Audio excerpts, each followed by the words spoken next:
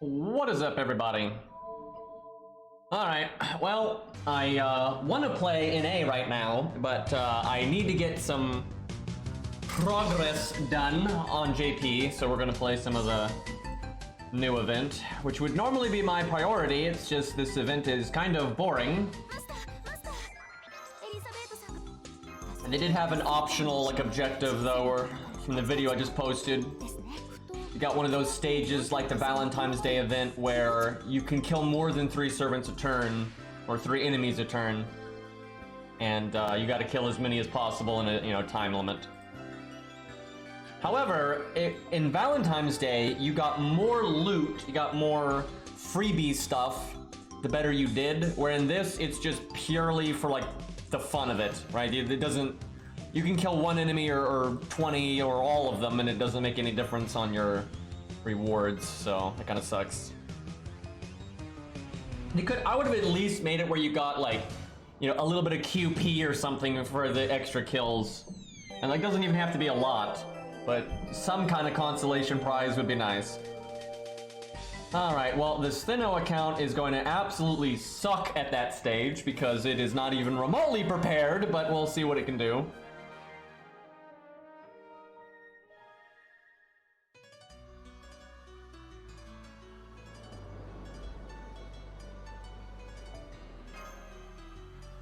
Honestly, I should have more K-scopes than I do. With how long I've been playing this game, I went for a long time not getting any, and then I got like 2 back-to-back, and then I haven't gotten any in quite a while.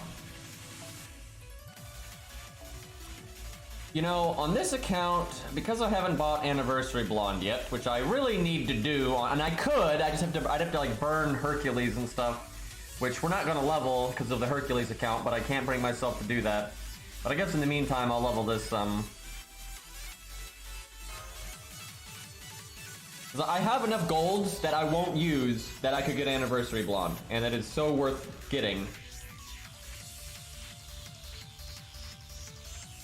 Your K-scopes are with Cairo? Yep.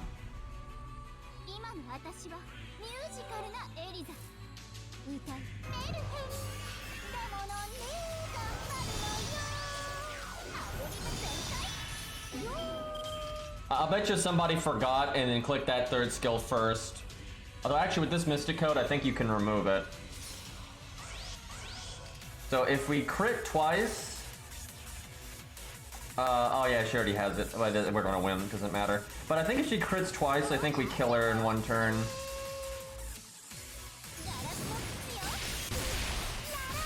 There we go. That's where Anniversary Blonde would be good, though. Okay, well, triple crit, easy. Hey, Rabbit. Sorry, I missed a few people in chat there. I was kind of behind, wasn't paying attention. And thank you, Ace, for the 26 months. And thanks again to Ars earlier for the resub as well.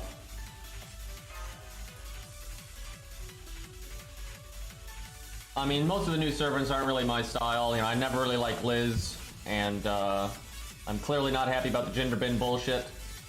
But Zenobia's okay. Like, I don't hype her, but she's fine.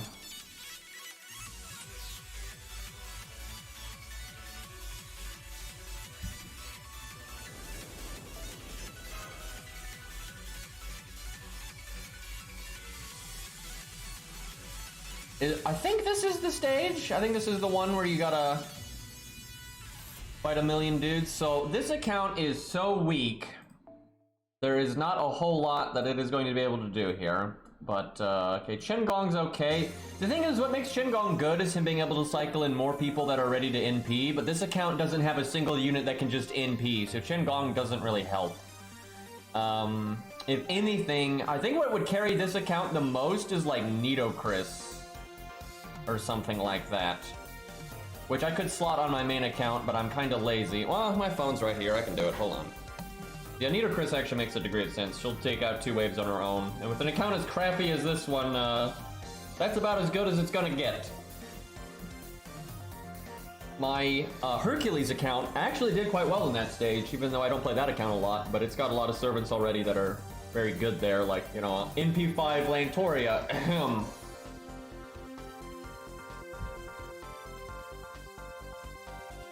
Still can't believe, I used what, like, 400 SQ or something, and I got NP5 Lantoria. That was such a ridiculous stream. If I ever put her in a video, I am so getting called a whale on that one. Because, like, a lot of my YouTube viewers saw me slowly build up Achilles and slowly build up, you know, Mordred and Gilgamesh over the years. Then all of a sudden there's an NP5 Lantoria. Like, how did that get there? Okay. I guess Nitocris with K-Scope is about as good as I'm gonna get here. Oh yeah, she's got that costume. Too bad she didn't get an animation update, chat. How about that? At least her sprite is better than, like, Joan of Arc's. Joan of Arc's costume looks so atrocious because of the sprite. Alright, the one good thing on this account is it has 2 cope scopes. But it also has, like, no units with battery. So, not the best.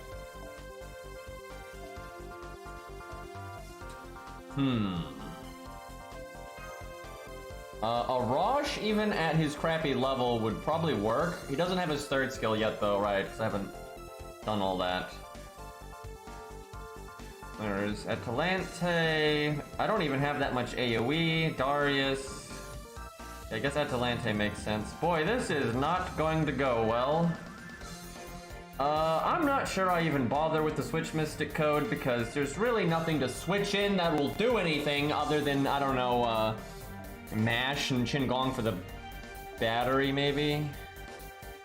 I don't have any other high starting NP stuff.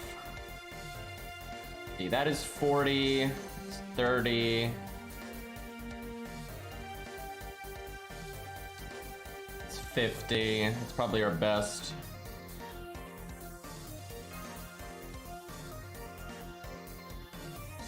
Alright, well, I guess high normal card damage after that. Not that it would get that far back.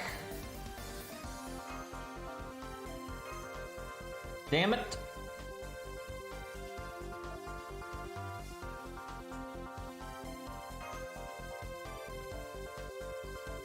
Actually, let's do it like that. Alright. I don't really... I guess I'll do the switch. I don't know what else I'd even do. Oh, boy.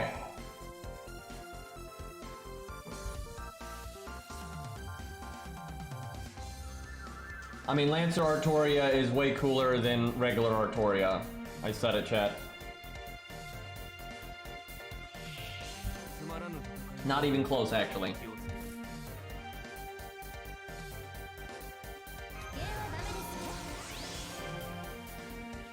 Okay, good opening hand, actually.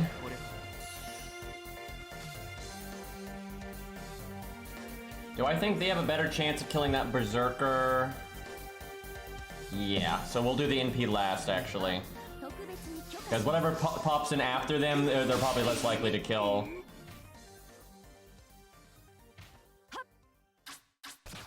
Damn it! If only she was higher level, that would have been good!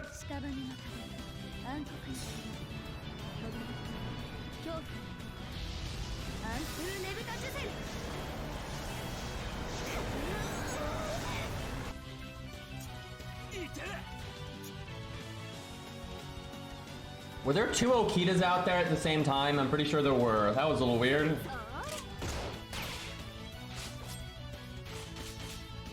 If you kill them all three at a time, they like show up in like matching groups. Like the three Valkyries will be together, and like the White Day gang, right, from the recent White Day event, like they're all together. You have like Billy and Amakusa, Carmella. Okay. This is about as good as it's gonna get right here.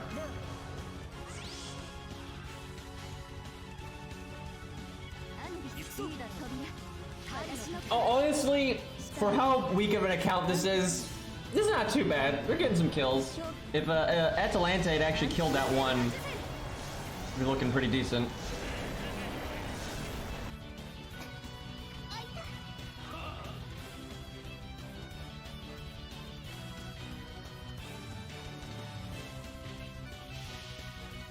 We're breaking up the gang.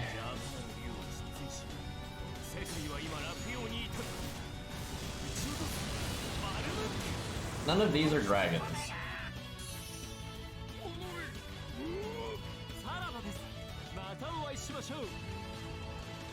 Very unique that he has an exit line like that. Hey, Arjuna.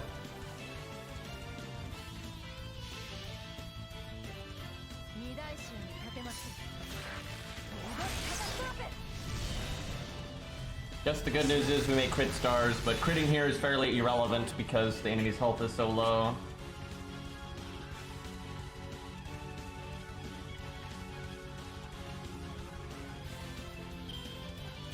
Hey Gyro, what's up? Surprising no one, the Sinnoh account is not getting all that many kills, right? Big fucking surprise here. Now, Atalante is actually at 30%, but yeah, we'll do that. Hey, Say, thank you for the 16 months, man. So I see that garbage you're putting in my chat. You know what you did.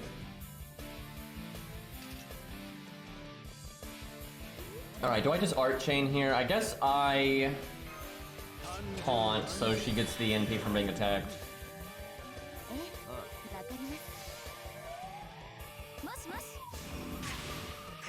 I'm pretty sure even if I use command spells, it would be impossible for this account to kill all of them. This account it has almost nothing with battery, it has almost no AoE, it's so not ready. Although, if it did use command spells, it could actually get decently far.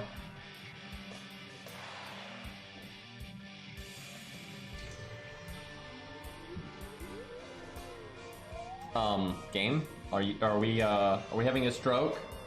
I think we're having a stroke.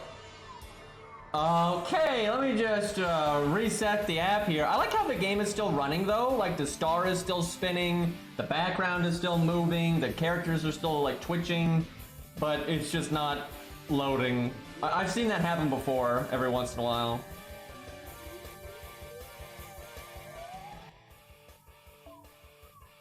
Fate Grand Stroke.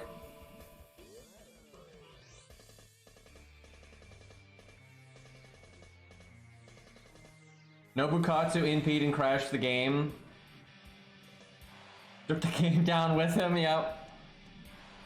Doesn't, what is going on right now? I wonder if we had actually switched stages like we did with Okita and Masashi, if we could have redone the bug right there. But, I think NA gets Nobukatsu kind of soon, doesn't it? Like, not super soon, but like 6 months or something? Somewhere in there? Nope. 1 year? Damn it. Am I thinking one event off? Am I like 1 year off here?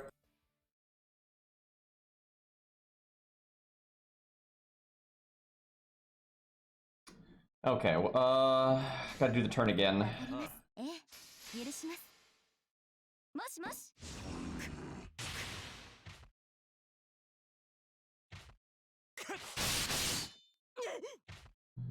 That was an okay event, but Gouda Final was a lot better. Okay, we're actually loading our enemies.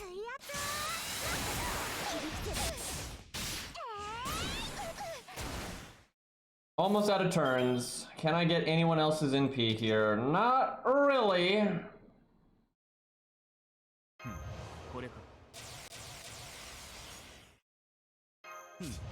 I'll try to get 2 kills here.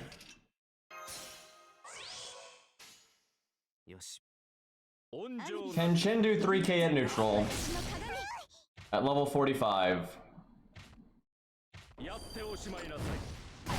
Yes, barely.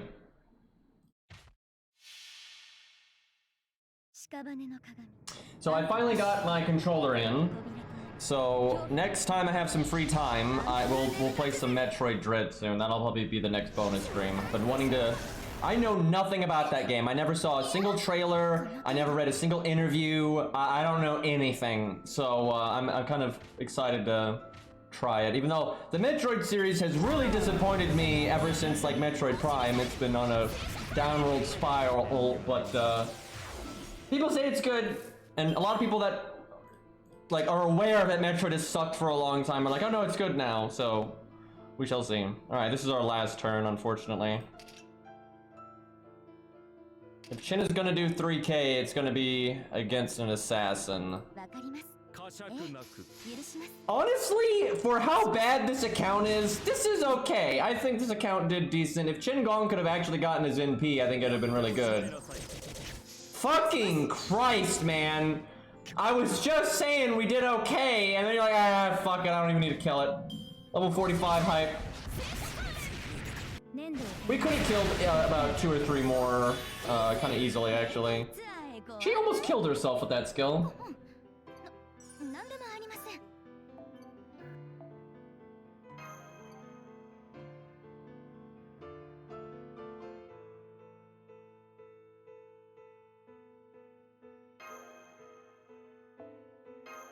Okay. There is not even that much more to do in this event today. It's that bad.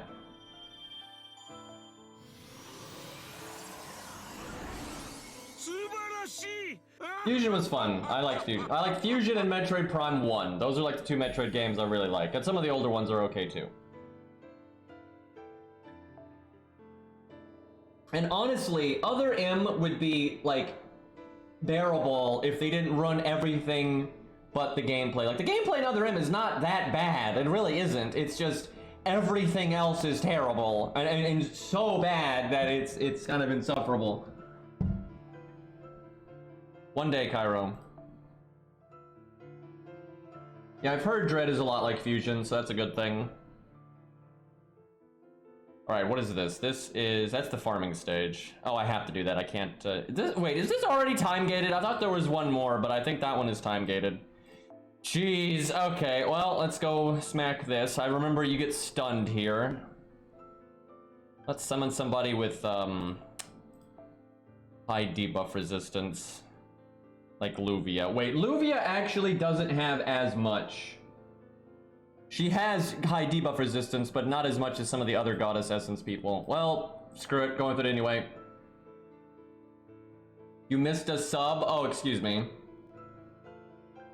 What is this? Limited, my god, I can't read names! Lamit Gardner 68? I don't fucking know. Thank you for this sub. I would hope you knew what you were getting into on that one, because you've been here for at least 3 months, so I think you're aware of how this normally goes. Don't you get sassy with me, chat. Alright, well, Steno can probably resist it, and then... Oh, I know what we'll do. This will still be 10 batteries short, but I can... Actually, let's do... We can NP turn 1.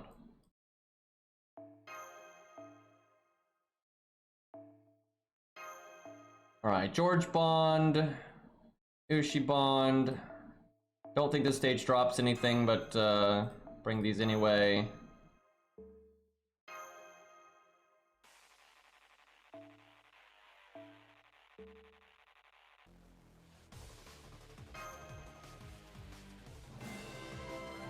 Music clashing a little bit there.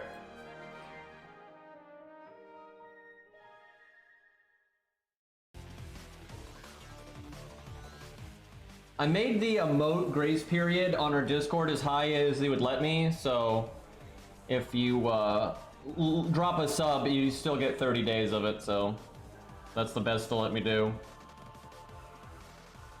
Legitimately, if I could, I'd make it if you subbed once, you could just use the emotes forever. I would totally do that, but that is not an option. Probably because, you know, they want their money, so... How the fuck is that how the... Okay, sure, game. Well, maybe, did he not even try to stun the front one? Because he doesn't have magic resist. I don't even. Well, Qingong needs to cast his thing, so...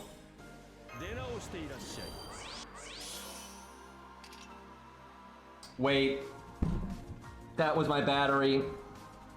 That was my 10% battery. Why is this Mystic Code like that? Crap. Well, so much for NPing here.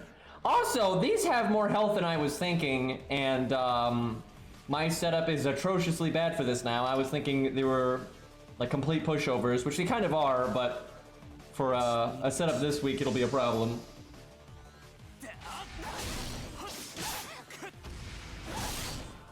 Luvia is not respected, apparently. I wish she had killed there, because then she would be dead and we would NP the one in the back. I think I actually wait now because of that. Which then I'm like, why did I even bring Cope Scope?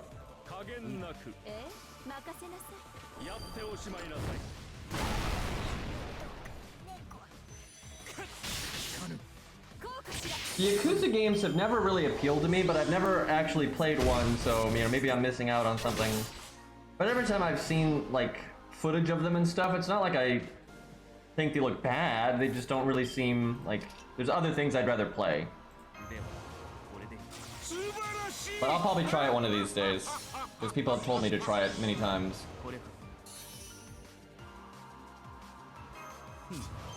And Luvia got stunned again. She is not getting to do anything, which sucks because she got 2 Buster cards.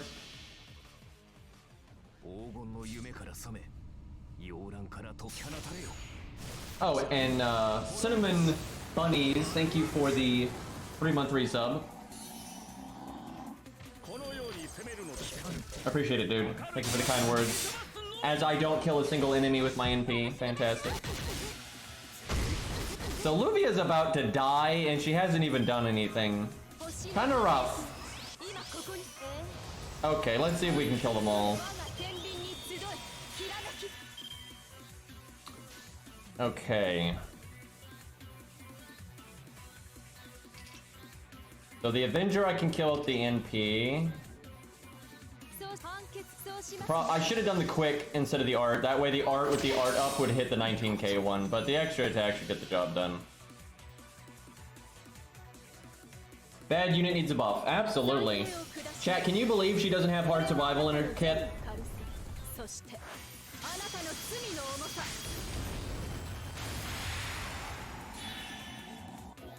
62k on an Avenger when she doesn't have an event CE or an event bonus or buffs from literally anything other than herself. Damn it! Oh, if I had done quick NP art, we would have killed there. Thank you, Defense Up. I think we would have died without it. Whenever I see this background, I remember when you fought Jason and Charlotte. That's the name. What a great 1-star. Lobo is indeed evil. Thus the massive damage.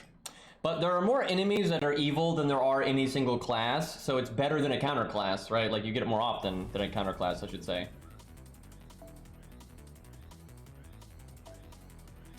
Okay.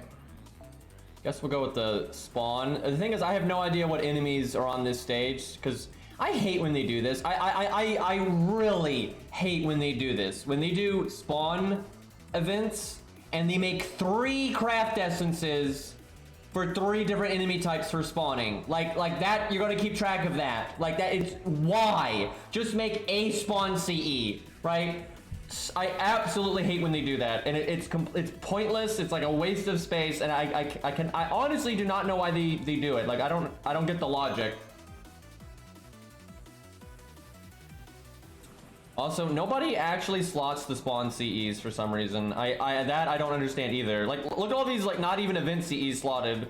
Everyone has 3 slots, and they're like, yeah, let's not slot a single fucking event CE. Alright, this account at least has Thinno and Kojiro for this, so that's actually better than normal. Well, statistically speaking, one of these 2 CEs should be the right one. This is going to be painful, I can tell.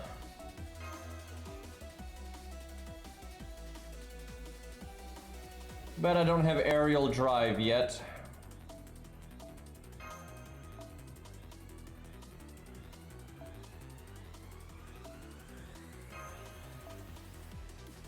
Actually, let's give that to her.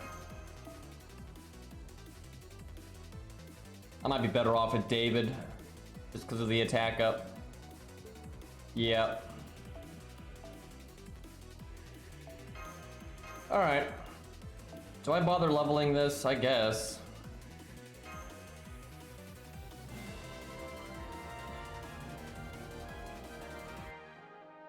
I could be playing Saber Wars right now and actually having fun. I could be like fighting, you know, mini bosses and stuff. That'd be great.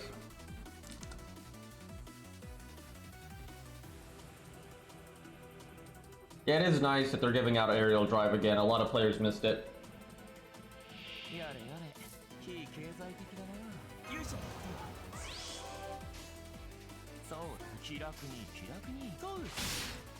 Every time I see these enemies, and even more so with this background, I think of Darkest Dungeon, the shield breaker.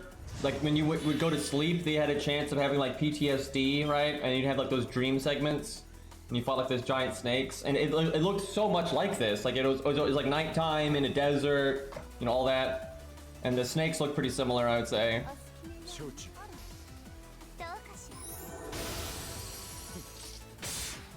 I made a video for the Liz stage, and I think that video is a good, how do I put it? It's a baseline team style that can be mimicked even if you don't have those specific units. Like Fuma can be replaced by Shakespeare or Waver or like all kinds of support units like that. The AoE Berserker can be basically any AoE Berserker in the game. It doesn't need to be Darius. Like most of the team is pretty interchangeable. So if someone asks advice for that stage, that's what I'd point them to, at least for my content, right? Like that video was about as good as I'm going to be able to do for making a broad outline of how the fuck to do that stage.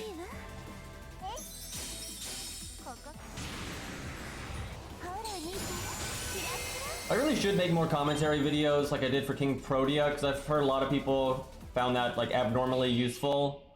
It's just time. It really is just time, because first off, you have to be able to record it on an account that I have available, right? And so if I stream the account, any stages are going to be lost then. And then I had to save at least one account to make a proper video for my main channel, right? Like the typical stuff I do. So I don't really have room for an account that's good enough, because the other accounts that are just like laying around, they're not really good accounts, right? I don't really play them, so they don't even have like garbage leveled, right? They're so limited. It's difficult for me to find time and then an account to actually make those kinds of videos on.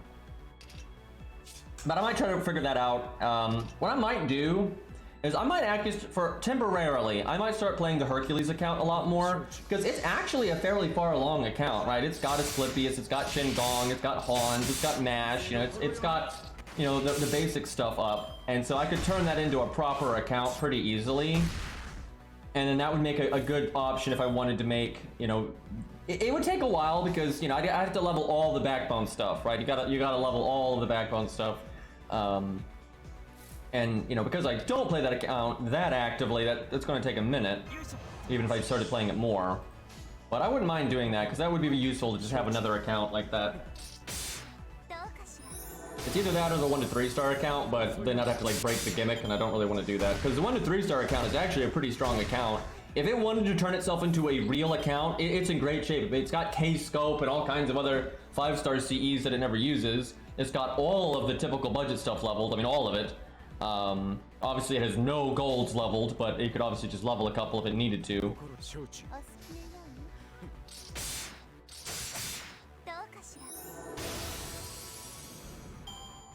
Actually, limit breaking some of the event CEs in Saber Wars is not a bad idea, because it saves you team slots, which especially for the challenge quest, can be really good. And for the farming, it doesn't matter. Oh man, you need more hairs? Like, are you kidding me? It is so easy to get enough hairs in that event.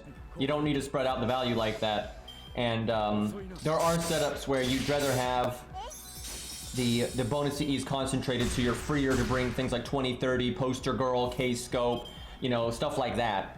So for example, let's say the team-wide damage CE, let's say you've got that one limit broken, and then you summon a friend that has a team-wide damage CE limit broken. That's 2 slots, and that's 200% damage up. That's incredibly powerful, or 100%. I don't remember if it's 50, 100, or what, but and then you can have the limit broken single unit damage up on your most important DPS. That's only 3 CE slots, and that's a massive amount of damage up, and now you have 3 slots where you can use K-scope, Poster Girl, you know, 2030, you know, whatever the fuck, on Death CE, stuff like that. And that's really helpful. Those things can be super impactful.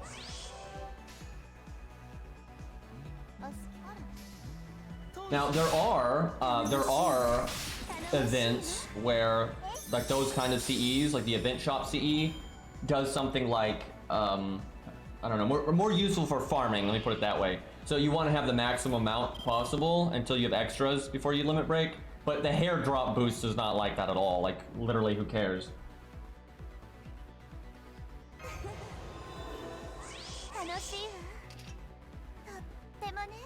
I can't even remember. Can you get a CE drop of the Drake one? Because if you can, that will make the Shadow Knights of the Round Table at the end much easier. As long as you have a decent setup, because it means your Berserker doesn't have to be like God Juna or Raiko or something really strong to be able to break the bars smoothly. So you can have a limit broken one and then a non-limit broken one, and then you summon a friend's limit broken one. That is just so much team-wide damage right there. Yeah, it's on the rerun, you basically don't have to farm for it, right? On the rerun, you can just have it. You have 2 already, and they're both limit broken, so it's even better.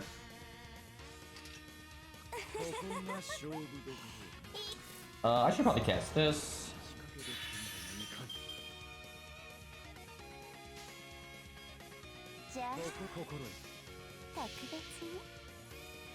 I would recommend, though, if you're worried, unless you've got a really strong account or really strong supports or whatever, I'd recommend you do the Liz wanted quest last, so you have maximum amount of time to get some extra craft essences to make it easier.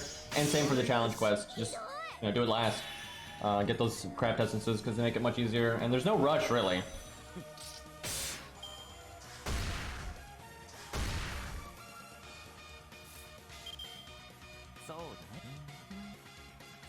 Yeah, there is a hero proof node in this event, And I actually need to farm that quite a bit on every account really, but like on this account because it needs hero proofs because it's just starting out.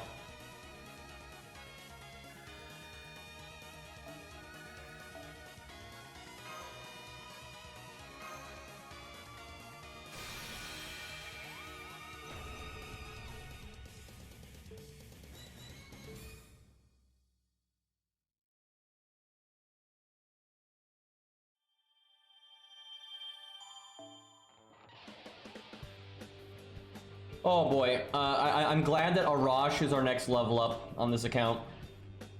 I need it for the main story anyway, and it'll make farming a lot easier. Let me slot something on my main account to help out here. Probably Mordred, I think that would be the way. Although I should probably slot her with a CE, so that will slow her down. If I gave her starting NP, she would make pretty quick work of this. How does my main account not have the craft essence? What? I'm so confused. Somehow my main account doesn't have the drop boost or spawn boost for this node. Let me, okay, here's what we're gonna do. I'm gonna multitask and I'm gonna, I bet you my main account just needs to do one stage. So I'm gonna quickly do a stage on my phone while also playing my main and try to just get that done. I'm kind of shocked by that though. Like, what on earth? I would have thought I had played my main account the most in this event, but I suppose not.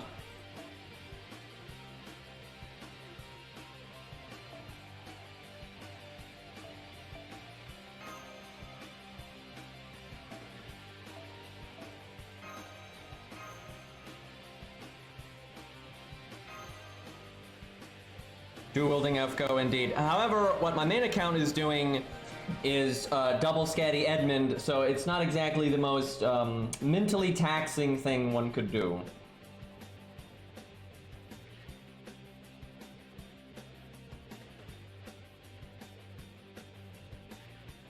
I've already done most of the Lost Belts on my 1 to 3 star account.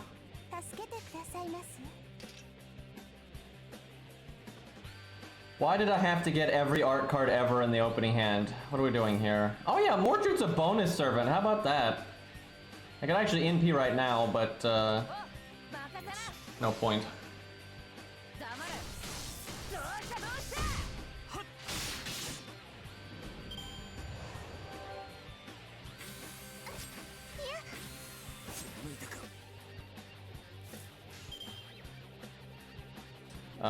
Mads, then no damage, let's go. Can she do 19k at neutral? I would think so. Okay, if she didn't crit, probably not.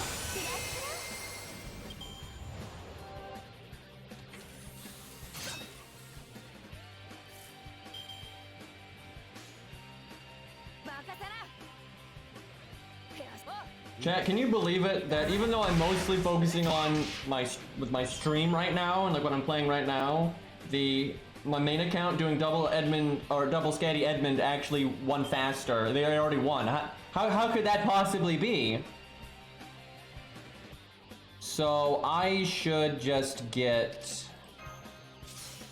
Siegfried to do this wave, I think. I wonder if you limit break the CE and summon someone else with the limit broken CE, if you can get 6 to spawn here. I would think so.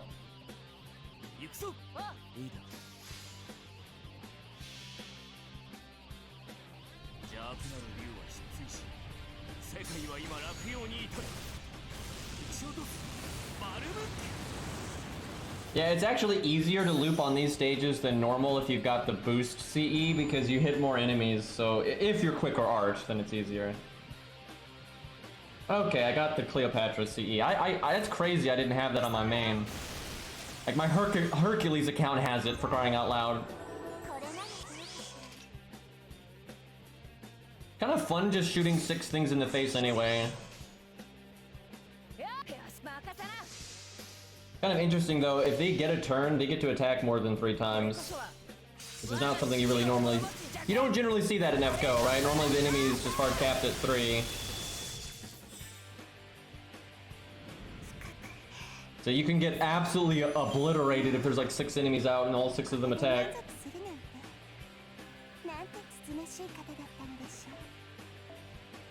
Hey look, a hero proof. How many do I have? 18! That is garbage. What I really need though is for them to give us skill gems. I need archer skill gems so I can pass the David test. Also, I just could really use David to have a shorter cooldown, like kinda handy. I don't want to farm the dailies if I can help it. Okay. I've got Mordred set up proper this time. Now we can do some real farming. I might play some NA in a minute anyway, or maybe my main. I don't really want to use apples on this account until I know I need to, because this account doesn't have that many, and I bet you I can get through most of this event with natural AP. So we might not do too much of this account today.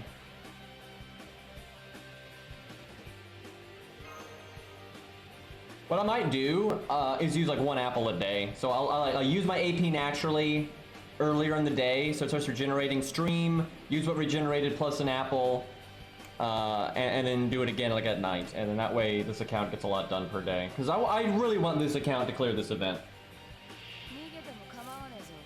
But I would prefer to gain apples than lose. Oh boy, we are about to get smacked in the face. I was just saying how if you don't kill them all, you can get pretty fucked up.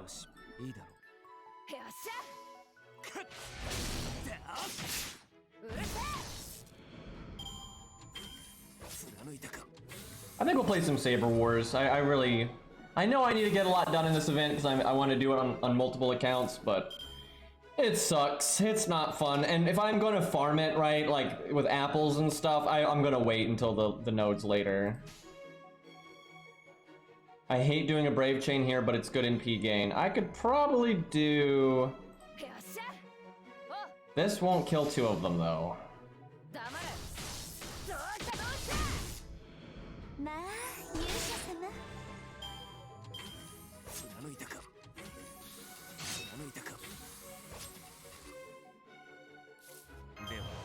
Probably should try harder to get Siegfried's NP. Surely she's going to do 15k. There you 30k. Okay, no problem.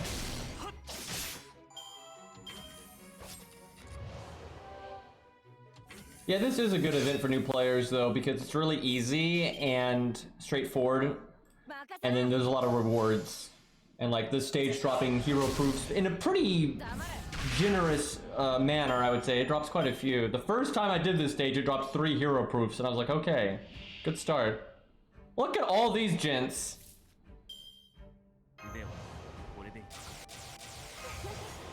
If only Siegfried was NP2. But he probably got it anyway. Yeah, aerial drive, that's excellent for new players. There's probably going to be a decent amount of lures out of it. The only thing it's lacking, and I will say this is very big for new players, it's skill gems. I mean, skill gems are massive. They're massive for everybody, but they're super important for new players because they don't really have a way to just get past the first gold gem, like gatekeep, right? Because there's no, you're not going to naturally get them. Nobody does the green dailies anymore, and even if you do, it's going to take you forever to get enough to level up a skill. Yeah, Mordred music here. Prize and ults, indeed. Arjuna knows my pain.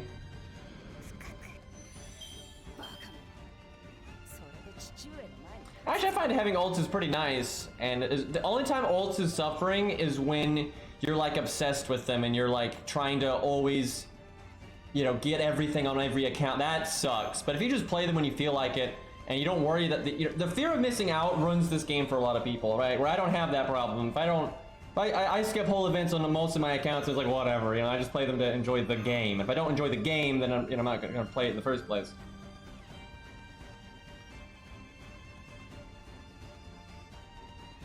Alright, let's play some Saber Wars. There's nothing else to do today anyway. I do wish this account had more apples than it does, but we're slowly getting there. Get off my screen! Alright. Give me a second here, I gotta bring up Samsung Dex. I wasn't actually ready to stream an A because I wasn't even thinking about it.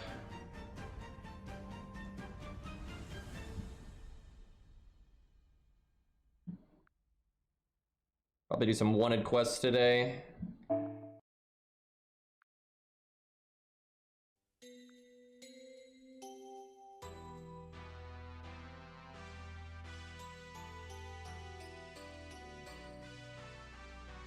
All right. I think I got it set up proper here.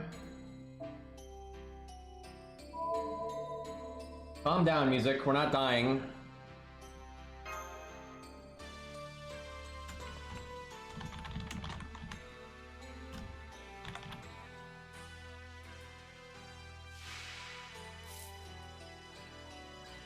Time for Green to give me FP. We shall see. What am I doing right now? I'm guessing Arash needs to NP first. I must have like started this stage before I went to bed or something. I do that sometimes to minimize on wasted AP or whatever. You dying over there, Cairo?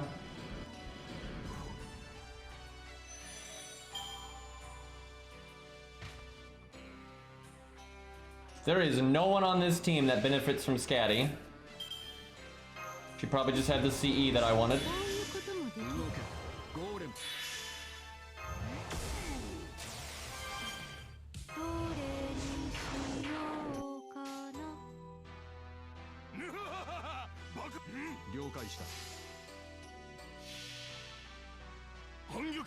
Yeah, after I get done with this stage, we'll go fight some wanted quests. Maybe the main story too, because we haven't actually finished it yet.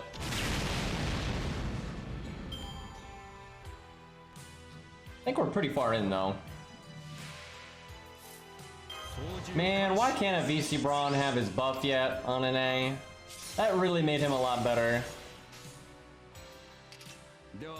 Added crap load of damage to his NP, because he got the NP multiplier increase, and he got an NP up every time he NPs. I always like when they do that to units that actually deserve it, because it's like a double buff.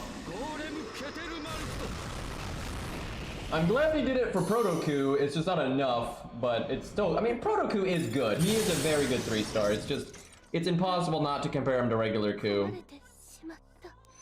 And regular Ku's attack up is definitely better than the one turn quick up on Protoku.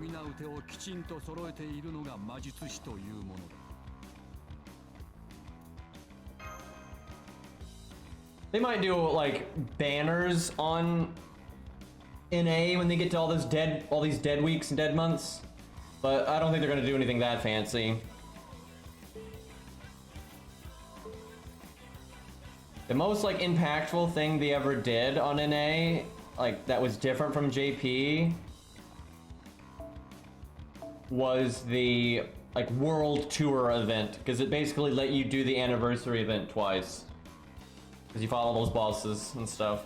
Which was just copy-paste, so it was kind of lazy, but it was something rather different.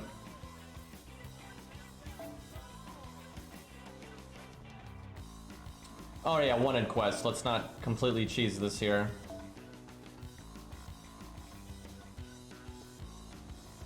I've been using Scath a lot. Let's see how she do. We'll probably have to switch their class because they start as a Saber. What's gonna be really funny is if they turn into a Saber. I just hope they don't turn into an Archer, because then it's a joke. I would love it if they would just have like an old, like a tab for like old challenge quests that you could just do for fun. That would be great. Especially the ones that they're not planning on ever bringing back again.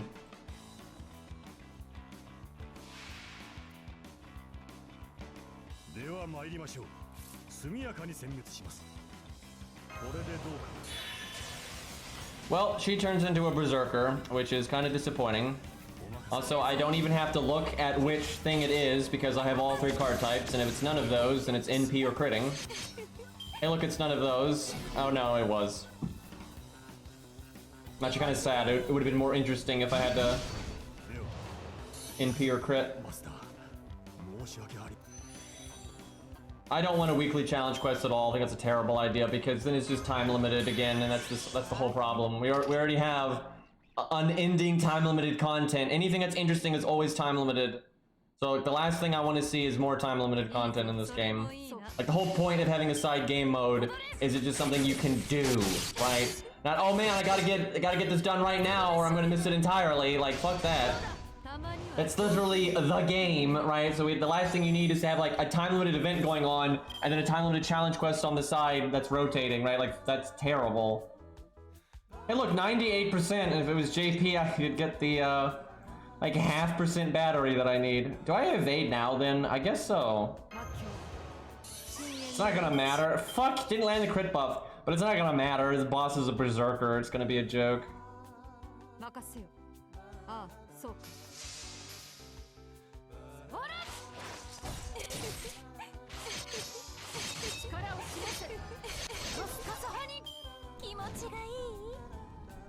Guys, this is exactly the song that I would expect to hear if Scath was fighting Salome. Like, clearly. Am I about to NP for 18k? I guess so, because the stun is really good right now and I can quick chain, and I don't think I'm going to need my NP for the next health bar.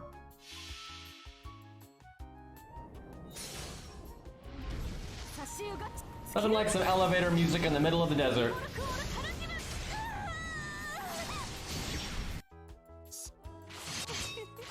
Look at that double crit that we don't even need. Shame I didn't have the quick up. I would have made a few more stars. I just figured I'll use it here. She just quick charged into her NP. I would have lost if I didn't NP there because I would not have thought to invulnerability because there's no way to know that that was a gimmick there. And yeah, we lucked out on that one. Making the right calls without knowing it. This does nothing.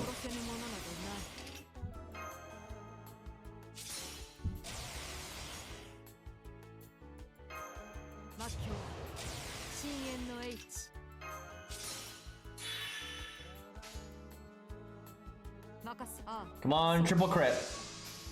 Too bad we didn't land the crit buff earlier. If we did, we actually would have a chance of killing her here. No, I don't think it would have done 83k, but it would have gotten it pretty close.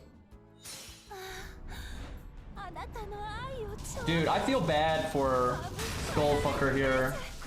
She is getting countered. She has done no damage. She finally at least puts a dot on us, but I can just remove it.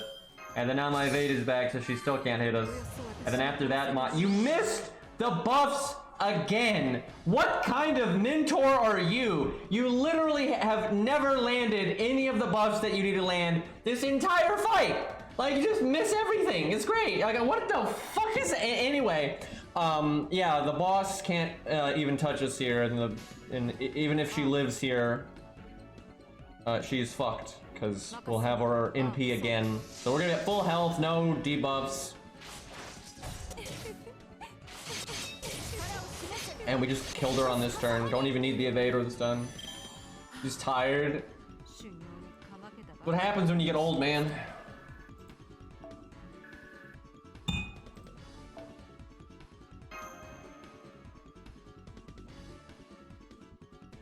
Chiron really is the better teacher, though. I'm just saying.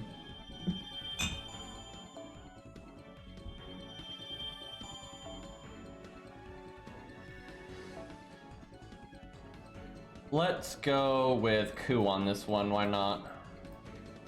So that one was just a joke because the boss turned into a berserker, so we just hope this boss doesn't turn into a berserker or an archer.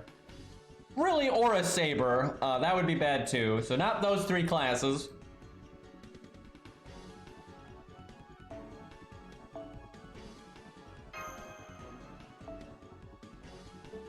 Chat.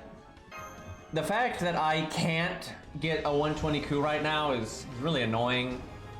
Imagine having like one of the strongest coups out there and got him at Bond 14 and every other upgrade possible, then the coin system comes out and the game just laughs at you, and it's like the only way I could do it is if I wailed, and I don't wail, so...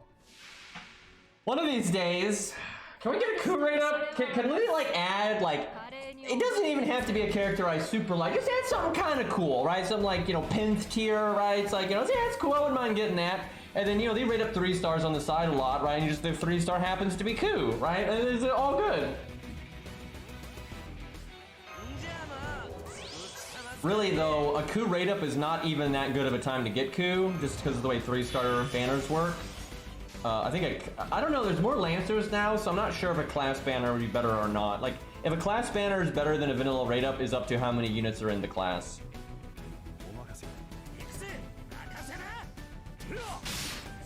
I also got White Day.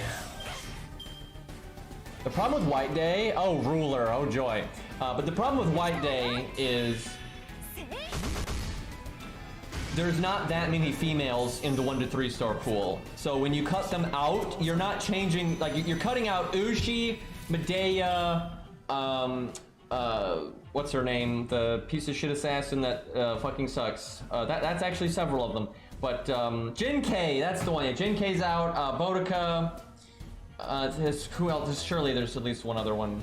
But it's not a lot because the 1 and 2 stars don't count because they're not anything. So yeah, that's you're really not cutting down the field that much. Now it cuts down the oh yeah, Serenity. There's one. So I mean it matters, right? It definitely cuts the field down. But Medusa, that's another one. But it cuts down the gold a lot more, and that is why I fucking hated that they rated up Cersei in White Day. Literally every year it's always been the time to get the male characters, and one of the great things about it is every time you pull a 4-star, right, it had to be a male 4-star, so chance at Lancelot, Hercules, you know, all that stuff. And then when they put fucking Cersei in there, it's like, now you're gonna get Burb. It's like, what the fuck? Like, that was so lame. It should have been a side banner. I still cannot believe they did that. And they would never do that on Valentine's Day, right? They would never do that. They would never, when they, oh, it's all waifus, except we also rated up a guy for some fucking reason. Like, they would not do that. With the exception of Trap Face, potentially. Yeah, 100 Face, that's another one. It does help with the 3 stars then. Like, that is a decent amount of 3 stars, but there clearly are more male 3 stars than female, so it's not the most impactful thing. Let's see. She has 20% on death, so I'd have to make it to 79%, and that is not going to happen. I almost want to make stars then. I'll still do damage. Bad opening hands though. That's actually crazy. Wait, how did I not get my NP? Did I get like no cards? I must have just gotten busters in all the hands or something, because we have 40% on death, so we only needed 10%. That is nothing. That is crazy that I don't have my NP right now. Some bullshit in here.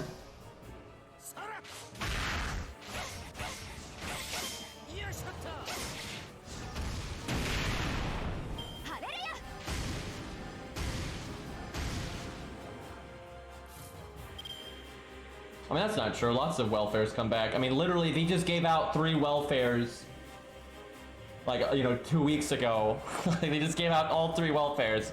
Welfare's been coming back, actually, quite a bit these days.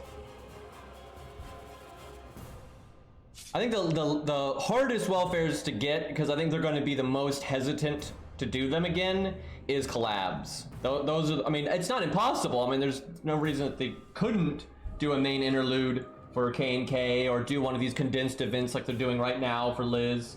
You know, they could, but they seem less likely to me. I think Ryder Kentucky is absolutely coming back. I think it's absolutely coming back. The question is, in what way, right? Because there's a lot of different options now, right? They do reruns from time to time, so it could come back like that, and that'd be a really good timeline, because then you get everything. If they do like a rerun like they did with Nerofest, that means you get Kentucky, Golden Carp, Golden Sumo, you know, all the stuff, the loot right from the event shop. The other option would be a main interlude, which that would be the worst because you don't get anything from the event shop. You probably won't get the CEs.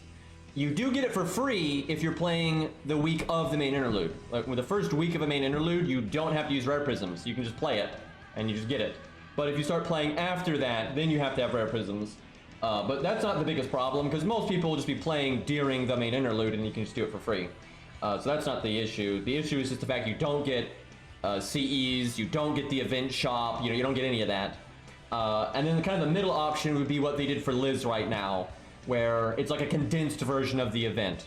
That's good because then you probably do get the CEs, you do get Kentucky, but you don't get the event shop, but the stages drop more stuff. However, the drawback is like this Liz condensed thing, unless they're gonna surprise us at the end of this event, you can't do later, right? The main interludes, you could start playing the game a year from now and you could still do them, and then you could still guarantee get those things. Like you can get BB anytime, right? You can start playing the game tomorrow and you can still get BB, because she's always available, right? And same for, what's her name, Santa Attila. So main interludes are kind of nice like that, where if they do a rerun, they're not going to be available all the time. And if they do this condensed thing, I don't know what the fuck to call the Liz event that he did. That's a pretty new thing. That those doesn't seem like they're going to be in the rare prism shop, so. Yeah, I'd imagine Guda Guda. I think they will get a condensed event at some point where they do like a blitz version of their main stories and they do all the welfares there. Yeah, very much. I don't think they'll do that anytime soon because they're doing it right now and they don't want to do that kind of thing often, I think. But I'm sure at some point they'll do a condensed Guda Guda event. It just makes sense. I don't know, maybe they will do it sooner rather than later though when I think about it, just as a way to give out the coins. Because they seem to be aware that people are pissed about the coins, although I don't think they're addressing it properly still, but...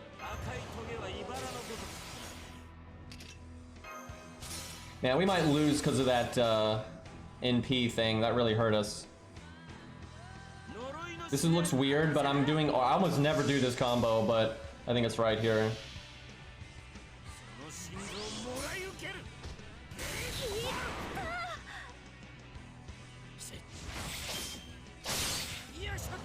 That would be pretty cool though if they do a condensed version of the Kentucky event, because that'd mean they'd probably bundle it with like the banana event, I bet. But that's a lot of fun CEs to give out to everybody. That would suck though to get a rerun of the banana event and not get to do the raids again. So I looped, but it doesn't matter because I didn't break the health bar, which I would have if this was JP-ku or if I had better opening hands. Which means I should have done quick, but there's no way to know.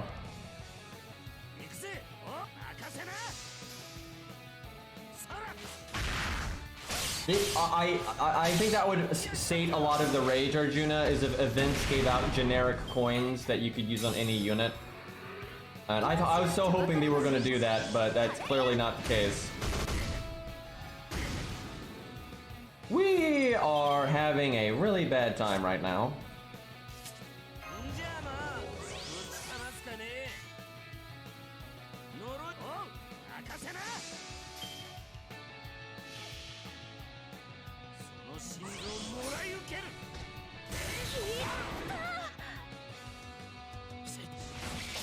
I bet you if I played better, we had better opening hands, right, things were a bit smoother, you might be able to beat this or get really close, but it wouldn't shock me if you just be a little bit, like, just shy of doing it, but I bet you on JP he can do it. The attack up really adds up in fights like this, where you're like not breaking the health bars as fast as humanly possible, because then the attack up goes to waste. But look at that turn right there, right? If you could have reapplied it, so you could have cast Guts earlier and reapplied it there. When you're that low on health, those crits are actually really big with the new attack buff. Man, that sucks. We're going to be one turn off getting both of these back. That's where having like command codes to give you a little bit of survivability. This is kind of my fault again, though. I could have cast this sooner and I just didn't. I've grown weak, chat, because I'm used to the like new school version of Ku, where you can kind of always cast his Guts late, just in case you don't make sure you don't cast it too soon, right? Because on JP the cooldown is shorter. So that one turn we see right here, you know, that won't happen. So you kind of, it's kind of smart to cast it a little late. But back in the old days, right, like it is on an A right now, you should cast it a bit sooner. So what just happened doesn't happen. Yeah, I remember you used to always have to do it that way, and I've kind of grown out of that habit.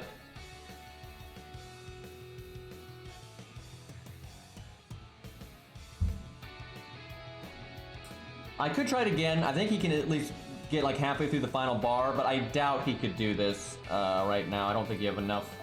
Boom. Now you could do it if you did that. Then it would be really easy. And hell, you could probably just do that, and you could probably do it. But you could go. I don't know. He could do like Art of Death. Oh, it's not leveled though. If it was leveled, that might actually be enough. Pretty close. If you min-max the hell out of this, it wouldn't shock me if he could do it, but I don't think it would be a particularly good win rate or smooth. So a fun way to beat this would be to not... I should have paid attention to what broke her thing. So an easy way to beat it is use a Berserker, obviously. That makes it really easy. Or an Archer and you don't break the Saber thing. But what I kind of want to try is neutral and then don't break the Saber thing. That's kind of a fun way to go about it. But I didn't look at what it was that broke it, so I don't really know what to go with. Could just be a bitch and go Berserker or Avenger, but let's try... I bet you Mash can do it, actually, just because Mash is neutral against Ruler. This account does not have a lot of really fun stuff that I'd want to use right now, though, I have to say. At least for this kind of stage.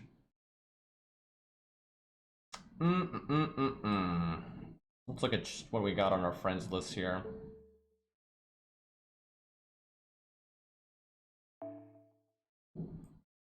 MHXX would be fun if she wasn't an event servant.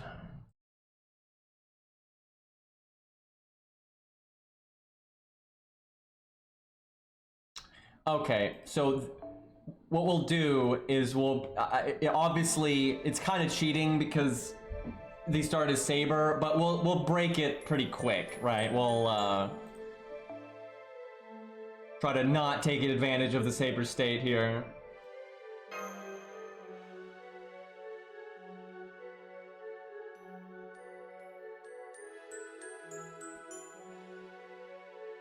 What I'll do is I'll only like take advantage of it for one turn, which could be, that is a huge amount of value. You could potentially just break the health bar in one turn, but a quick. Okay, so I'll use a quick here, right? We'll just I'll still take the damage while I can get it, just to make it like a little bit more reasonable. It's called cheating.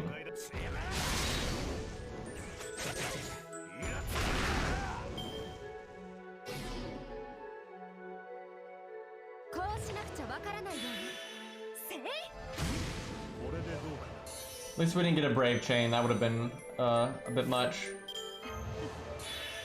I don't know if I do the third skill here because it's 66k. We'll do it.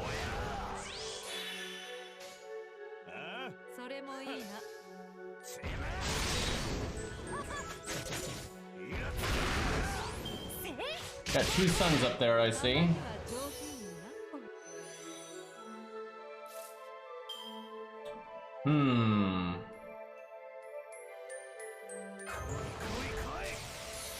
Might look weird doing that, but I'm hoping I can cast it again.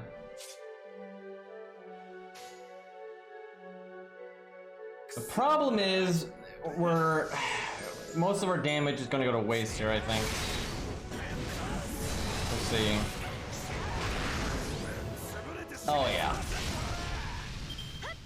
If I could have NP'd on that turn, it wouldn't have been so bad. I think I need to not use my Buster Up, because I think it's just going to go to waste. Oh, okay. Nope, nope. This would be pretty hard to do, with a normal class. Without the event CE anyway. She just does a lot of damage and she gets her MP so quick. Don't even... This is not the time. Nope. Get that out of here.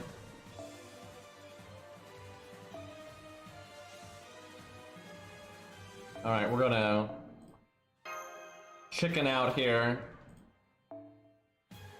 Let's actually go Gut CE. I don't think he needs the NP that fast. Why did I level this one so much? This one's like, this one's better generally. Well, too late now.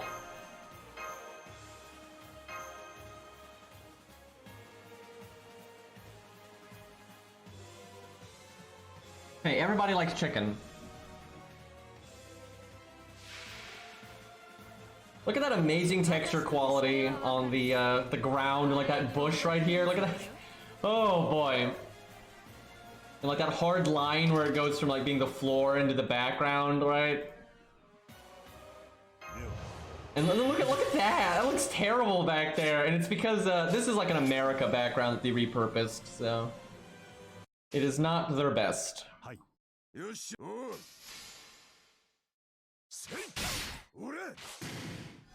Not sure what my favorite CE art is. There's a lot of good ones. Stuff that comes to mind at the top of my head though is like Mordred's Bond CE, Mozart's first anniversary CE. That one's awesome. Oh, I know. It's the concentration. Excuse me. That is absolutely the best CE. It's the 2-star CE that was removed from the game. That's just like a giant green swirl.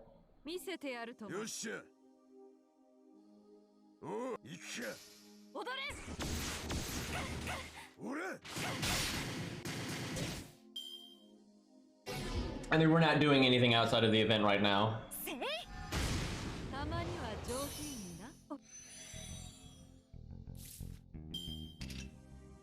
Okay. It'll break no matter what, so get NP. I really wish you could turn event bonuses off. Like, if you wanted to test, you know, Calamity Jane or Zenobia, right, during their events, it does. I don't like testing with an event bonus, right, because it's like false, and you want to see what they can do normally.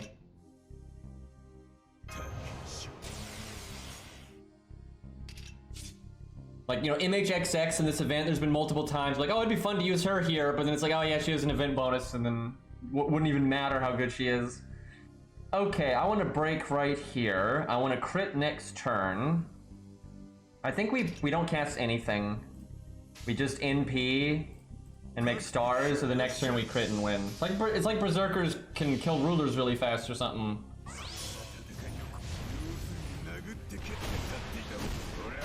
Yeah, I have the old CEs too. I like them.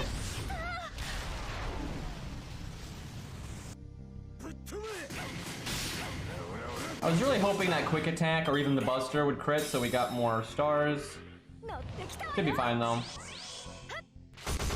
Look, her having double crit up and double attack up. Damn.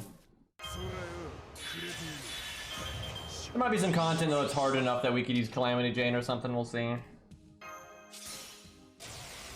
Calamity Jane has really fun gameplay, actually. That's the big reason why I bothered to get her on JP anyway. It's one of the funner, like, DPS support hybrids, because I like how her support is ridiculously powerful, but then it's tied to the stars. Then you also have the unique thing of being able to give someone else Pierce and Vulnerability, but for 3 fucking turns. It's quite nice. And you can give them Evade, Battery, Crit, Absorb, and all that nonsense.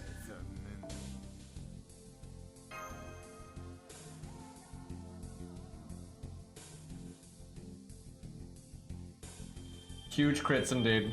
Good old Beowulf.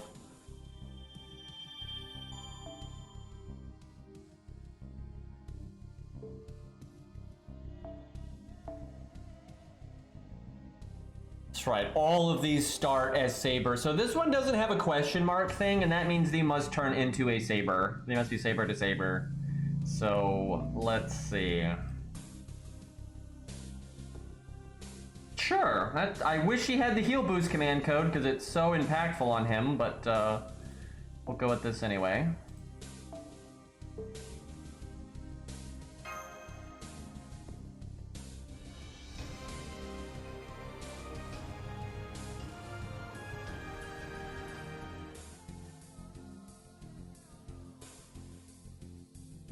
What you should prioritize as a new player really depends on what your goals are in the game, but some of the safest bets Oh, I remember this stage. I think I have a video for this stage that was kind of fun. Anyway, one of the best things you can do for like just general use is leveling up Arash and Spartacus, because they're just universal good farming units, and they're good in the main story sometimes, in challenge quests and stuff as well. So they're very safe bets. But sometimes it depends though, like you might have a gold unit that is really derivative with what they do, right? And so then maybe it's not as useful to do it, right? So there's generally no universal answer.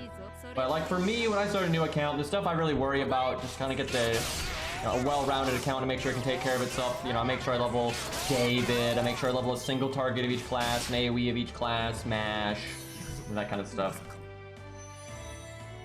No animation update, feels bad. Come on, Ozzy, use that Rider Star Absorb of yours and get the crit here. 70%. It's a lie. But then the quick card crits, the weakest one. And then, okay, game. I see how it is. Feeling Billy the Kid right now.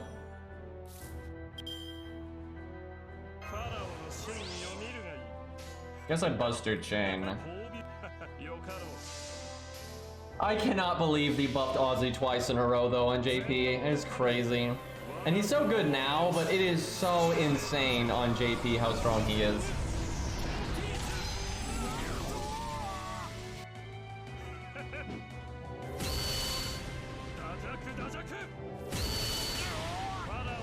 Let's make it a third time. I don't know about that one.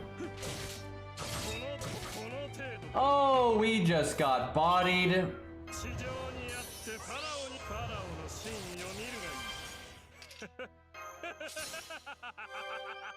Let's see. Hopefully this breaks. I want to get my NP again. Might need to go Anniversary Blonde so we have like a burst turn on our next NP where you do Buster Chain with crits. That might be the better strategy. Oh god, I have memories of something bad happening here. Yep! I remember that. He drains your NP, and he drains your stars, and he quick charges. Yeah, I just had a flashback when I made like an Arash video, and I remember you had to like get so much NP on Arash to actually... Okay. Okay, smart guy.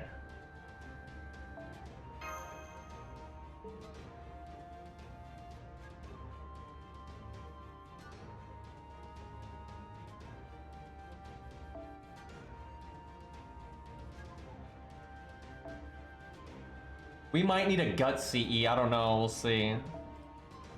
We're in that really awkward spot now though, where it's like too hard to do it at neutral, unless it's, again, just a crazy strong unit, but it's too easy to do it with counterclass, so they're getting really awkward like that. What I might start doing is using the event CE, but then neutral. That's kind of a half measure. That is not a good opening hand. I'm actually going to put the quick card last, just to see if I can get a YOLO crit to make up for this bad opening.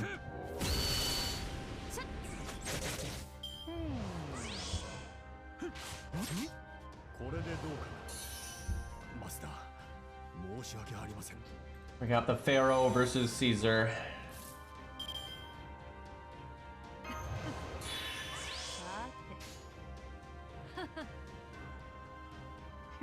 Very unlikely to get a crit here, which might slow us down a turn. Because last time we got a Brave Chain and we crit. And then he crit anyway, okay.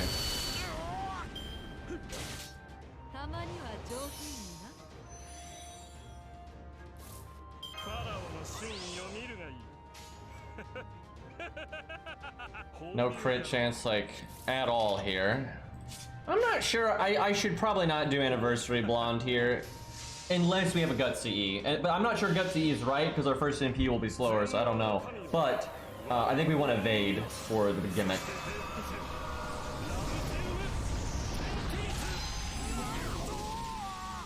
So our NP seal is pretty pointless, because the boss is going to NP when I break no matter what.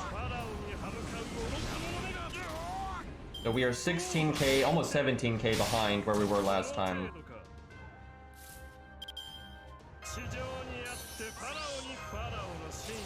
But see, the heal is pointless, and okay, I don't think I even cast that there then. I don't know. So I think I have to guts, and I have to somehow break. Because if we could get our NP again in time, we could actually fuck them up with the Star Bomb, the Buster Up and everything. We could do a huge turn, but the problem is by the time we actually get our NP again, we're gonna be like dead.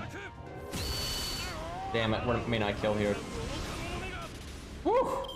Double attack up and defense down. Yeah, let's try Gut CE. That's like the best I can think of.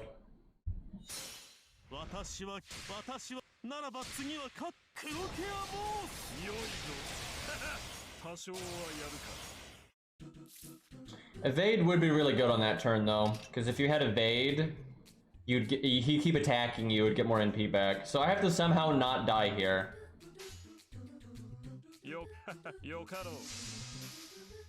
Rome conquers Egypt.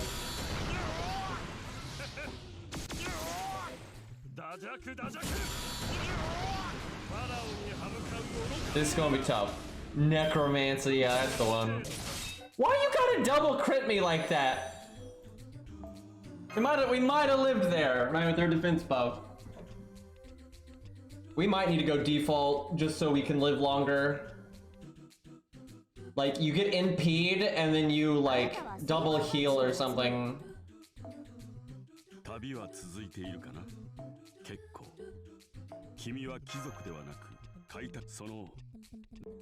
Who the hell needs that mat? Like that, whoever needs that mat? Okay, we got command codes, that's nice. Let's stick with the anniversary blonde for now. Let's just change one thing at a time. He has subtitles now. I think they did that yesterday. And they patched it in.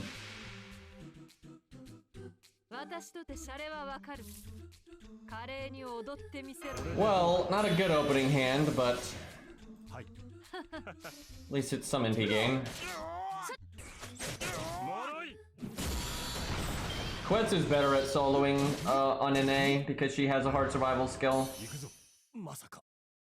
Aussie, though, is probably better on JP because of his buffs. Now, she got buffed too, but not nearly as much as Aussie.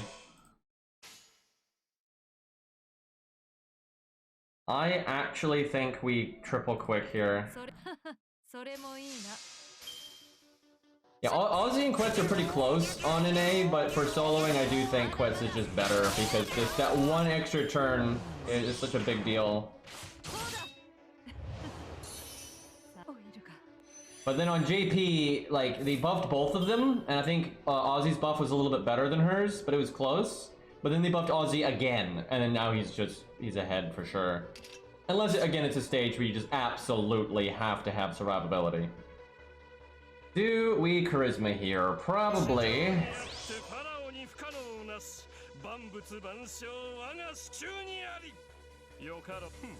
Now we have the heal boost, so I wonder if we want to heal. The thing is, if I heal next turn, that means I should have brought default, because then you want to evade the NP. He does so much damage, though, I don't have much of a choice. Just a little too soon for this. 98%.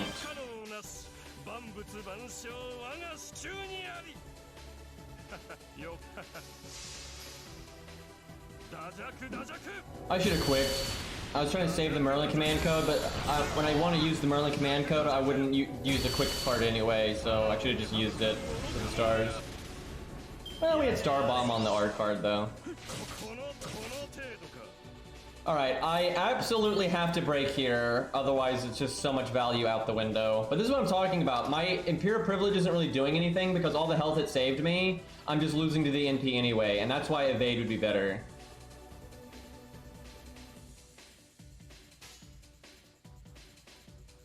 This is just so much death. If I had done just a little bit more damage, we'd be okay. I think you can actually beat this if you get lucky. You need to get good cards during your taunt walls. Because if we had just done a little bit more damage, I could break here without NPing. But I guess I have to NP anyway, because he's going to drain it, so... What happens, though, if he's NP sealed? on the turn that he wants to end, like, because normally, you know, it's already gone away, then he quick charges. I don't know. Well, for science.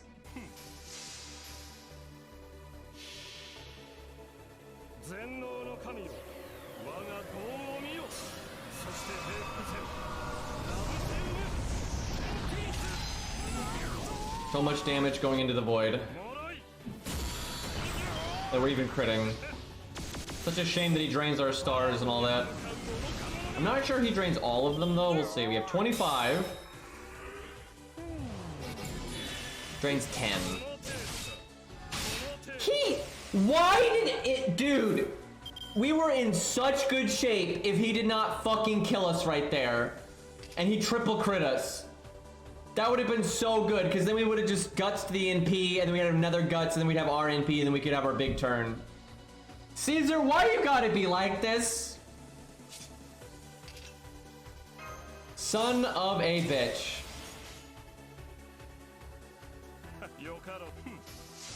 Ban.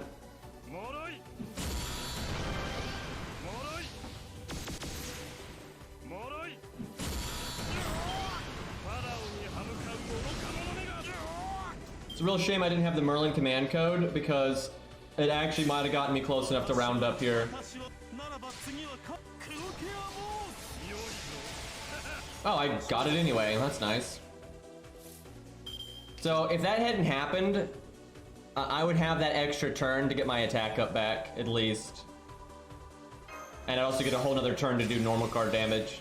So it probably is doable by Aussie, but I don't think the win rate is particularly good. However, this might not be the best Mystic Code and whatnot. There are probably ways to fiddle with this and make it better. So I do think he can do it, but it would require a good degree of min-maxing, and then probably some luck as well.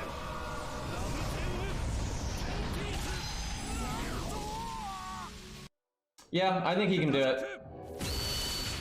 Because we're going to be really close here. Actually, we would have done it this run if he didn't triple crit us on that turn.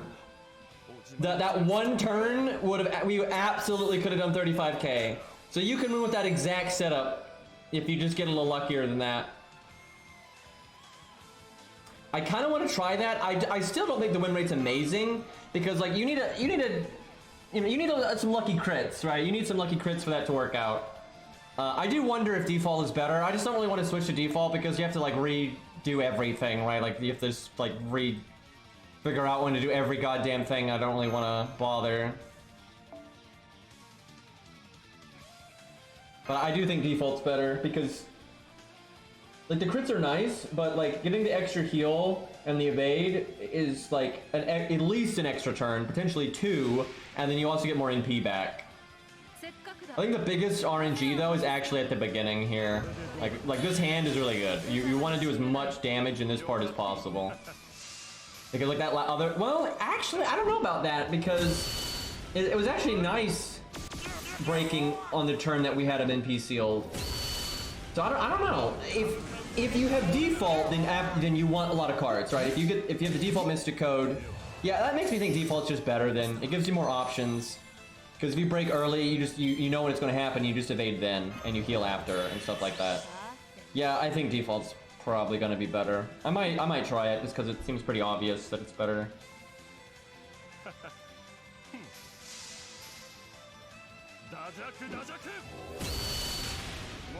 I was lucky.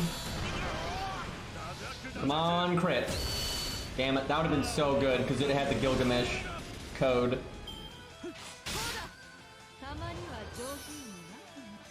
So, why is that even a thing? There's like Code Vein, Code Geass. I remember there was like a French like CGI show that was called like Code like Lyoko or something like that. And I'm thinking this because I was thinking Code Gilgamesh there, right? I don't know why is that a thing? Like, what the hell? And most of those shows, it didn't have anything to do with it, right? I think Code Lyoko or whatever, I think it was at least like in a virtual world, so like code makes sense, right? But like Code Geass makes sense. Code doesn't, right? That has nothing to do with it, right? And a lot of them are like that. I don't get it. Code cool. Code name Kids Next Door. That's not exactly the same thing, but close enough. I wonder if I don't charisma here. Nah, it's okay.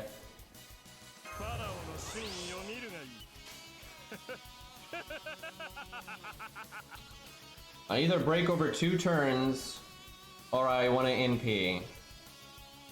I think we try to get our NP from being hit in the face. Doing crit first, because I feel like Gilgamesh is more reliable than a 20% crit. I did the other 20% crits though.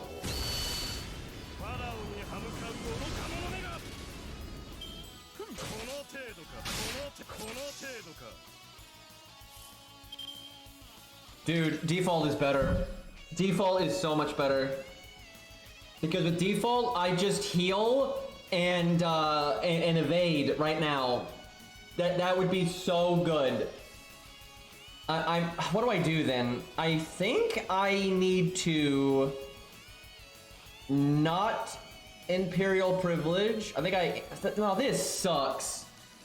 Because of the, oh, this sucks. So what's gonna happen, so what I wanna do, and this actually makes sense, what I wanna do is I wanna not cast anything and just NP and break, and then have him NP me, and that does guts, and then I do the big heal and everything, but I can't do that because I'm going to NP seal him, and so I have to then face tank a turn, and the only way I could face tank a turn is if I healed right now, which that runs everything.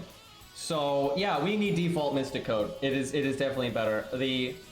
I guess we played our outs here, and we just try to miraculously not die this turn to his normal card damage, but I'm pretty sure we're gonna die this turn to his normal card damage. Which is absolute death if that happens. I just used Cleopatra, missed all of her Imperial Privilege buffs, and then missed a 90% crit. Feels Egyptian right now, don't it? Maybe I should have snuck in a Buster card there. We're pushing our luck. I think he's got it, but...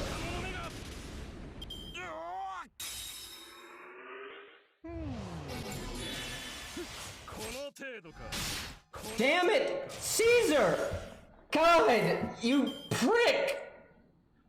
Like, see, now what do I do, right? I guess guts now, but like, it doesn't... Oh, this is so shit, dude. Yeah, I'm gonna try default. I mean, I think this setup can work, but it's just way more unreliable. Yokaro. Moroi.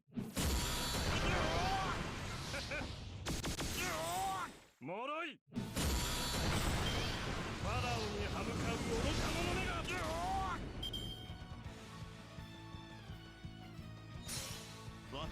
It's out for blood, man.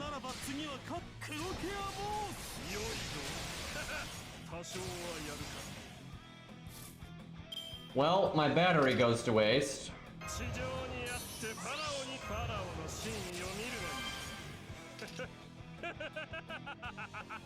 Shame I don't have charisma right now. Really adds up for the normal card damage. 100% crits though. I came in and see Green calling Caesar a prick. Thumbs down. Caesar is a pretty cool guy. Wow, we might actually have it. I don't even know why this worked. I don't even know why this worked. I'll take it, but default I think is so much better. I think default gives you way more wiggle room, and I think default even lets you weather some like shitty RNG. So I really do think default is better. That was a unique solo. That was actually video worthy. I probably should have made that a video. Like that was pretty. The thinking was involved, right? It wasn't just straightforward Aussie value.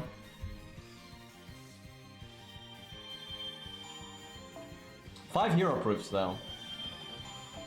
I'll remember that if they ever rerun this event, like on JP, and we'll do it with the super Aussie that's so much stronger. Thinking, yeah, let him out, man. 宇宙のならず者がまた一人発見されたようだ。気をつけていくといい。そのなんだ。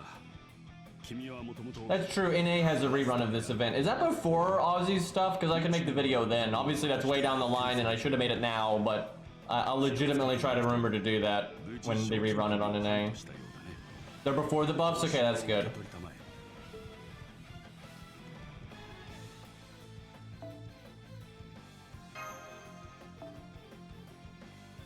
Don't really need any of these.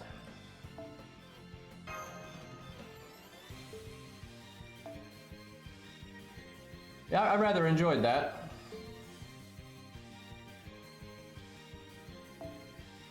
Didn't enjoy Caesar beating the piss out of us, but okay, so this one's gonna change classes. Let's give Scath another go. I just give Ku another go. Let's see what class they turn into.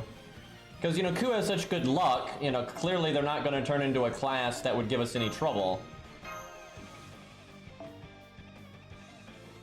Just don't turn into an archer, because then it's a joke battle.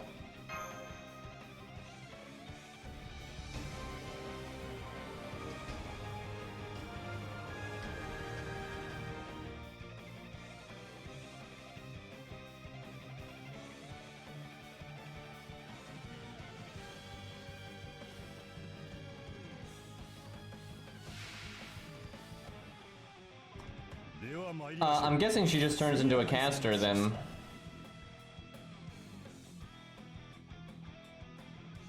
Quick.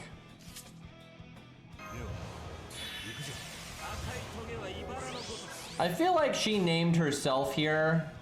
Very much so.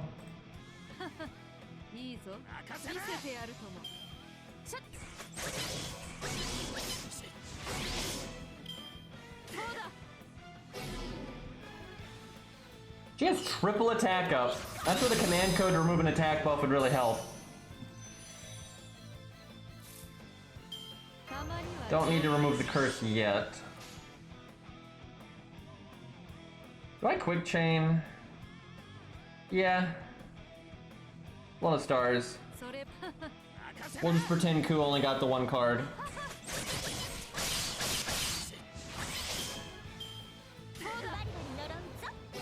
Holy crap, all those attack buffs though. Uh-oh.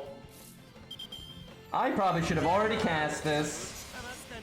Again, I'm used to JP, and you can just wait a bit, and then it lets you line up the attack up with the NP, but there's no attack up, and the cooldown is longer, so I should have already cast it. I've grown lazy in the luxury in JP, you see. Grown weak.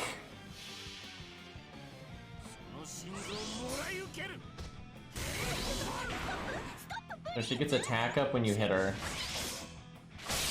Or chance when you hit her or something. Yeah, she's gonna fucking one-shot us the second we don't have PFA.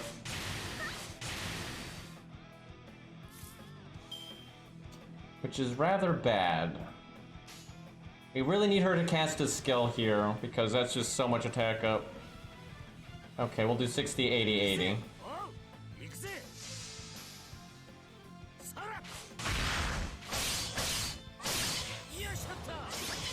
Ham, don't you do it! Woo! She didn't, okay, surprisingly did not one-shot us, but she didn't do a buster either. Is she going to NP? I would think so. Dude, excuse me.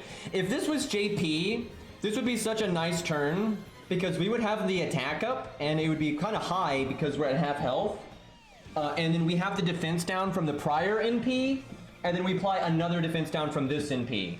So we would have a pretty large attack up, and then we would have double defense down for like the rest of our chain, and the one defense down for the NP itself. So that's huge damage up there. I actually think I removed this one dot just so there's a chance that I live this turn, because if she does her NP, then she only gets to attack once, and there's a chance that I would live.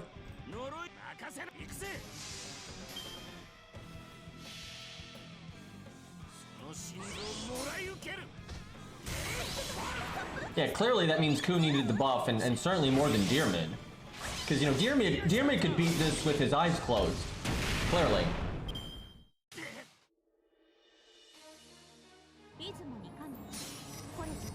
I just don't understand why, if they wanted to buff Ku again, that's fine, right? He's popular and he's supposed to be really powerful and blah blah blah. And you know, I like Ku, so that's fine, but don't do it until you buff all the other goddamn like Lancers that need it. Like I literally don't understand, right? And it's not like Deermid is not unpopular. He isn't. Like people like Deermid just fine.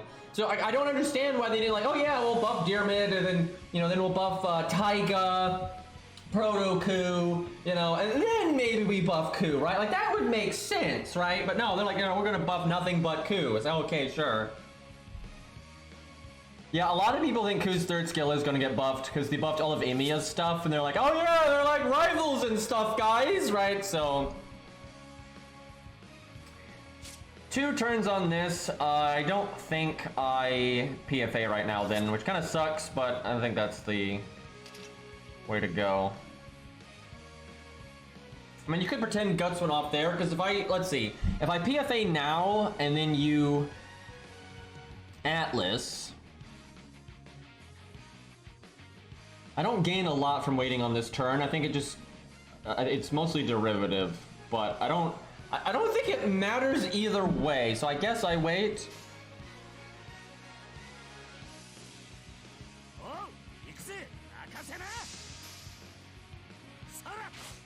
I actually do need to be mindful of these dots when I get low on health, so I probably should not have used that debuff clear that I did earlier. That could be a problem. So I can live this turn with the dots, so I still save this, I think. Unless okay, these will do 1,000. So I would have to, dot the hell out of myself to actually die here. But it's RNG, so it could happen. Because I want to have happen is use it next turn.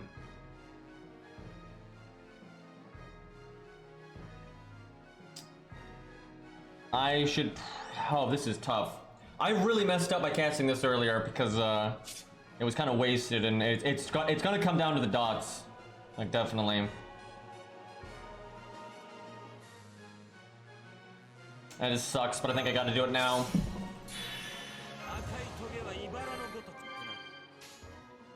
This is what I get for not having a dot clear command code equipped.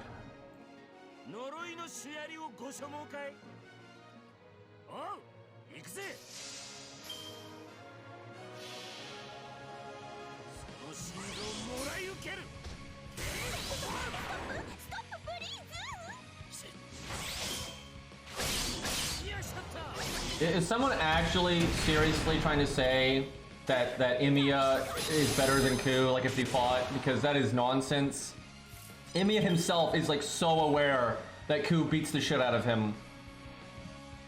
Like I've seen this multiple times where people like literally just like forget all the dialogue that is said at the end of the fight between Ku and Emiya, right? Emiya's like, yeah, I lose, GG. Right, he just gives up, and he knows he's fucked. He's completely wrecked. You know, he's like the whole Bold Clash thing wrecked him. Ku's not even hurt. Ku doesn't have a scratch, and Ku never even used his runs. Right, if Ku wanted to, he could have just murdered Emiya right there, but he just doesn't. Like there's no, like Emiya's good and everything. Like no joke, Emiya's a strong servant, and I think some people out there you know, underestimate how good Emiya is lore-wise, but Ku is a massive fucking counter to him. Because first off, the protection from arrows is already a big problem, and then his runs are an even bigger problem, and then Bolg is just a nightmare, and then it's a terrible matchup for Emiya.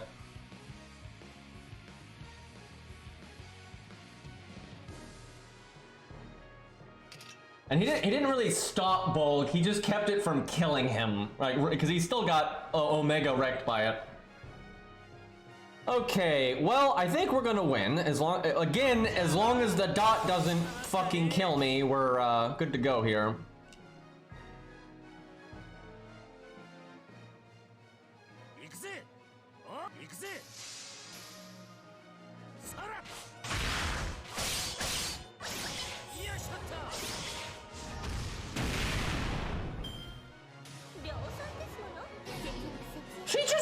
Are you kidding me?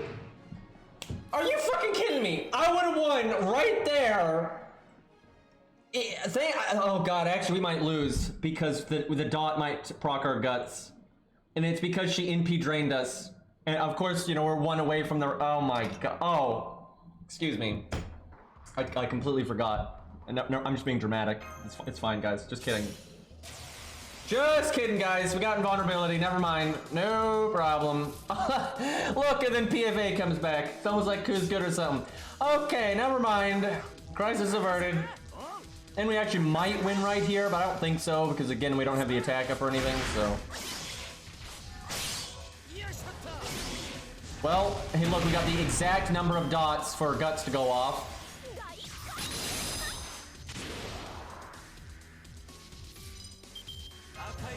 Boy, this would not even been close though if I was just smarter with my Mystic Code. If I had used this at a better time, it would have been a lot better. But I wasn't really thinking ahead with the curse. Kinda underestimating it there. But, oh shit! Anyway.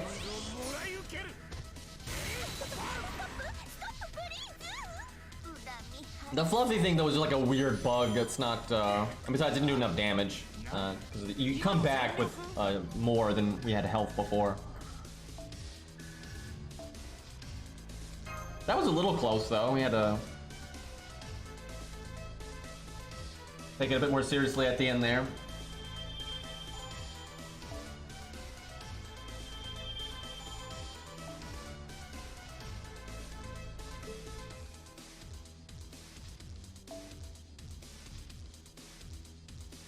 Level 81, level 82. I feel like that's kind of a silly distinction there. Okay, we don't know what class they turn into. Chat, and they're almost right, but I think they think that the Calamity Jane craft essence is good on Calamity Jane. And it almost is, and I would even say it kinda is, just because she, you know, she can be in the back row. You can make some stars, and then she could join in from the back row, from the Switch Mystic Code, or someone dying, or taunt, you know, whatever. And then, so the stars you made, plus then the Calamity Jane Star Bomb craft essence, right? It's like, okay, now we can get a lot out of her third skill. And that is true.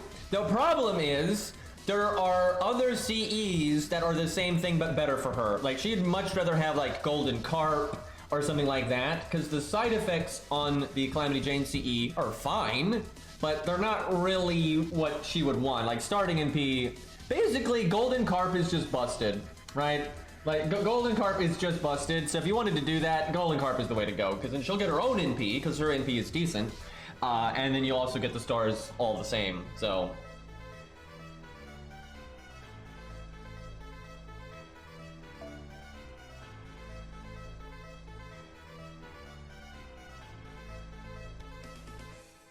It's a big Shiki there. That's a big Lee right there. All right, why not?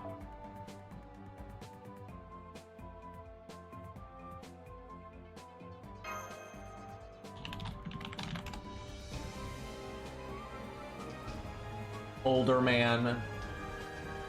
Imagine having Golden Carp. Yeah, if you don't have Golden Carp, then the Calamity Jane CE is... The thing is, here's the problem. If you don't have Golden Carp, I probably wouldn't use Star Bomb on Calamity Jane. I would probably just use straight starting NP, right? And unless there was like a boss gimmick or something where her third skill is just really important, like the Pierce invulnerability is just make or break, then I might use a Star Bomb. But otherwise, I'll probably just use starting NP.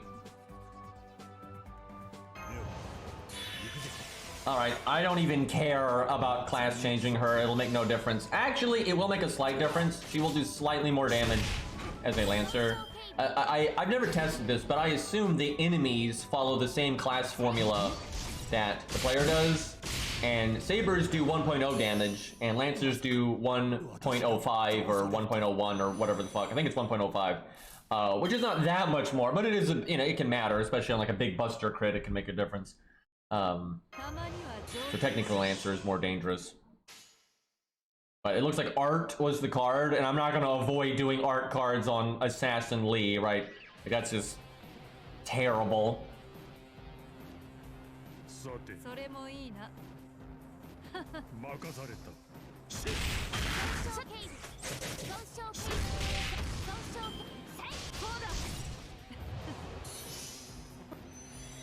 Maybe quick chaining would have been better there. Okay.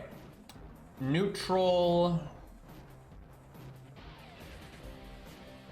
What do we do here? Oh crap, oh crap. Oh crap. Okay, hold on. The good news is we do have an 100% Buster card crit.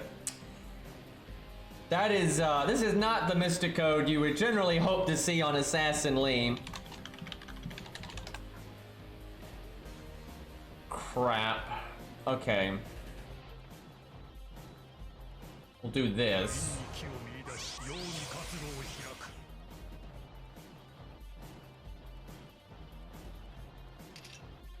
The thing is, I'd try to do an art chain right now, but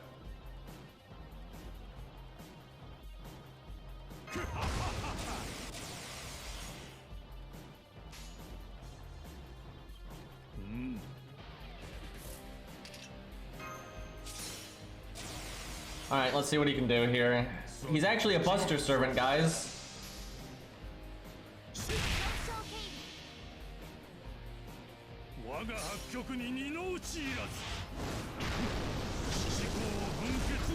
Guessing he's gonna do like 60k. Excuse me, I forgot about the crit bonus. Which I think his is, what is his, 50? Oh no, it's 100, okay. That explains that. Well, we didn't actually need the NP at all. If I had known that, I would have saved it and then NP'd right now. That was actually better than I was thinking. 60x2, yeah, you gotta, you know, no, see, what happened, chat, is he did 60k, but he actually punched her twice, and it was just so fast, you didn't see it. You see, he did it so fast that the second hit, it looked like one hit, right? And so then it was 120k, right? Clearly that's what happened here. This is not the best turn to crit, but I kind of guts there. Nah, it's no guarantee that it'd go off there. Do I do the other star bomb? Probably.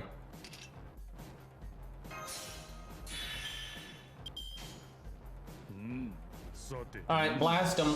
Dude, I think he can beat this. We just need to play better.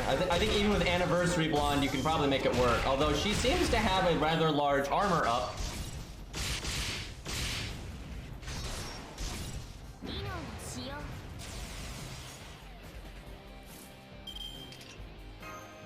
I probably could have phase tanked another turn and then evaded. I probably could have lived one more turn total.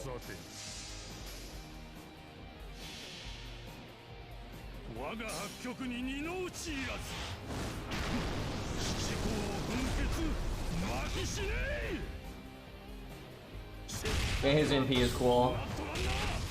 Honestly, this is a pretty damn good performance considering how sloppy various elements of it were. If I had not NP'd on that turn where we just did so much fucking damage, I probably would have been okay. I wonder if I actually use Anniversary Blonde here for that big Buster crit, or if it's better off just doing I think default is still better. You play more generically. If I had waited a turn to evade, I think I could have won even on this attempt.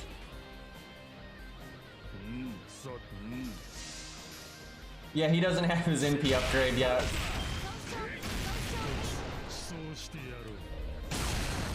Still did pretty damn good. All right, let's try with default. See what happens.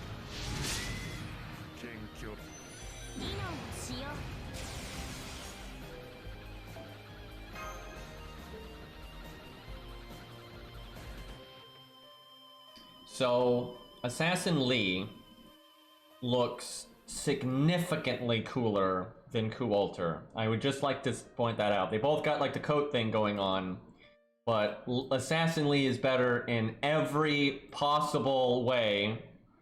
Was this the one we used? I feel like it's not. I think it's just someone else has a big Lee, but I think those are different command codes. I guess we just go with that? I kind of want to know who the hell we used, though, because I wasn't paying attention. And I don't even know what their NP rank was, among other things. They were NP5, oh geez, let me see. Their command codes weren't that great, though. But, I mean, neither are these. They're both kind of just, like, okay command codes. Oh, I see, right. So the difference is the craft essence, then. That's a huge difference. If you get lucky, this one is better. If you don't get lucky, this one is better. But we'll go with this one just because it's in P5.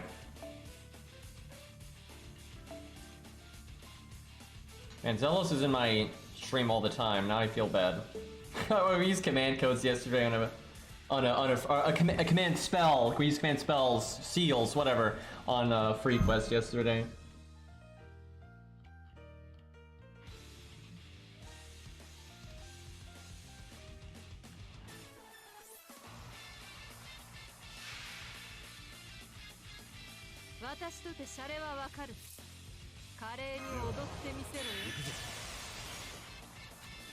Well, not a good start. Last time we actually had a good start, so that's gonna hurt us quite a bit. That's one reason we actually got so close to winning, I think, is we did have such a good start.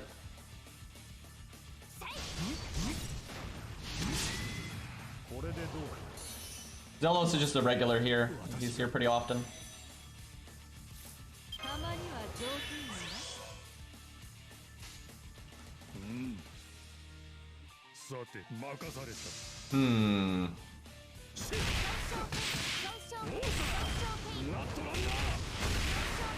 I wonder if Atlas is actually better.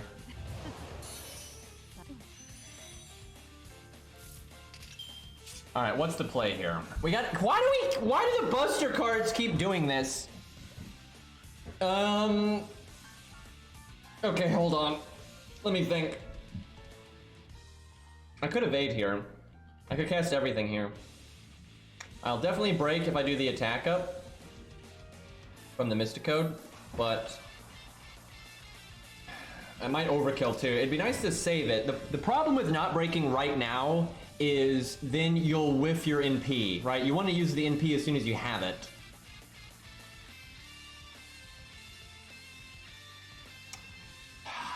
Tricky. Okay, I am going to Star Bomb now, and that way I'm hoping I don't need the attack up from the Mystic Code.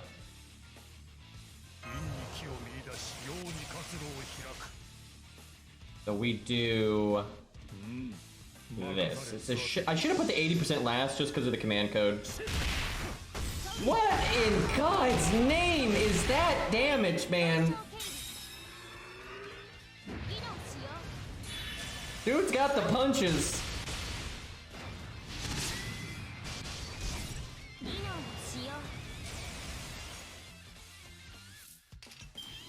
Do I attack up this one, or do I want to... Yeah, might as well.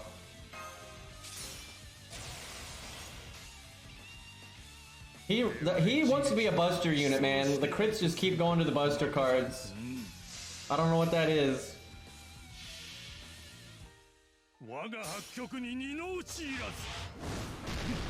She guarded it, that sucks. The defense down is actually really nice because it helps offset her defense up.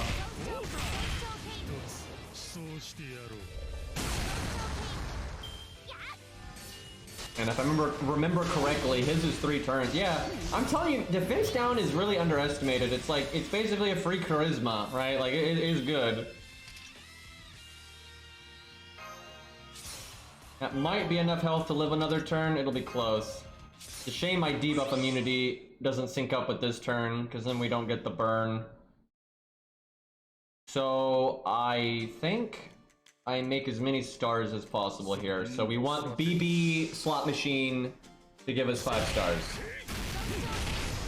I never trusted BB anyway. It never helped anyone ever. And I'm not gonna lie, chat, I don't think she has a license to be a medical professional. I'm not gonna lie, I do not trust her credentials. So I like how we got the debuff resistance up, and we did not resist the dot though. Can we kill right now? Potentially. We have no more attack ups. Please land the defense down. I'm very confident that if we had landed the defense down earlier, we would have won. Because this NP would do 20% more damage, and all the normal attacks we've been doing over these turns would have done 20% more damage. And, yeah, absolutely. Like, she would absolutely have died there if we had landed that other defense down. Don't kill me. Cast a skill. Cast a, you fucking bitch. Winnable. It's winnable.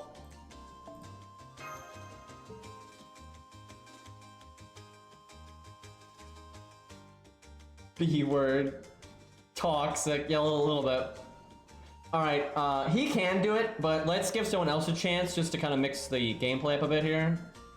Because basically, you could play it almost the exact same way, and let's give Scath another go. She's been having a rough time. Well, she won that one earlier. That wasn't so bad. Ku could definitely do this one. This one's right up his alley.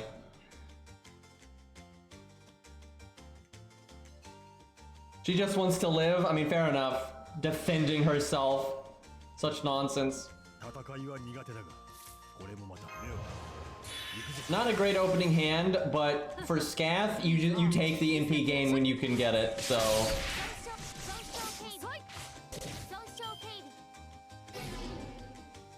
The Saber badge fell off from an art attack. What about Charlotte? She would have such a bad time here. If you really want me to try it, I'll try it. And I'm not gonna lie, the reason I say that is because of the emote. But, it's gonna be rough. Because Lee's probably got like a 40% win rate, maybe 50. And maybe even higher than that if you like min-max a few things or change the craft essence or some such. But if he's in that range, Charlotte is gonna get absolutely destroyed. But look at that emote, look at that emote. It's all full of hope and like looking forward to the future, and then Charlotte just fucking dies.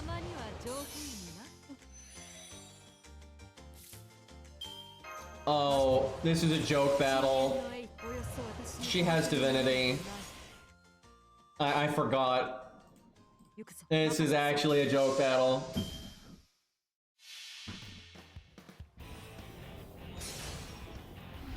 I could have just not used the third skill to have made it a more normal test, but too late now.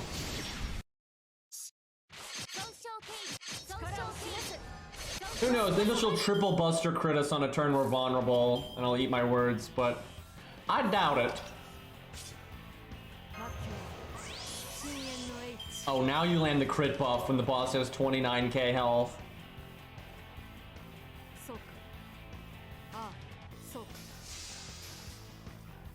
Wait, her Lancer self doesn't have it?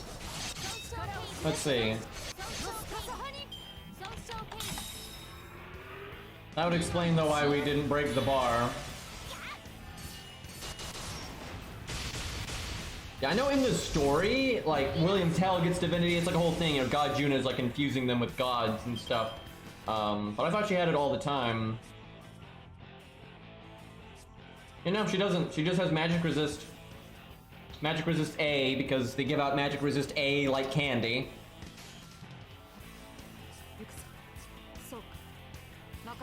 That's actually good though, we have to work a bit harder then.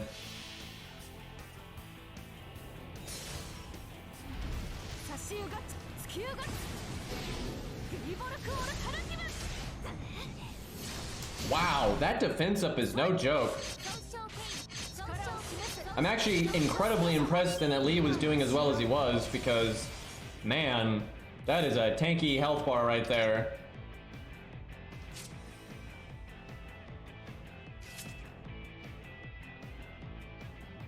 Guess we invulnerability.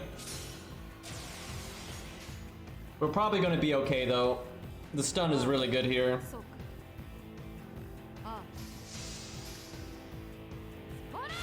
The Go West version in the challenge quest had it? That's not silly at all. That was a fun challenge quest, pretty unique one.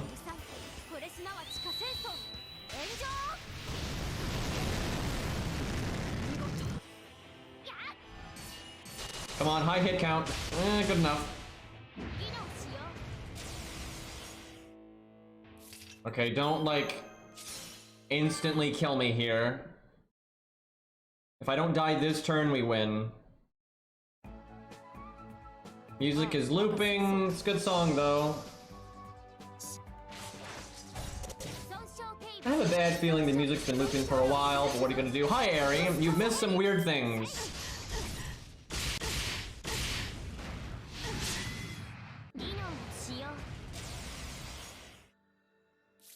Well, we like super win because I can stun and then our evade is back and I can do Atlas after that, but I could do Atlas now to get the damage up, but I don't think I need to. It will make this NP kind of sad though.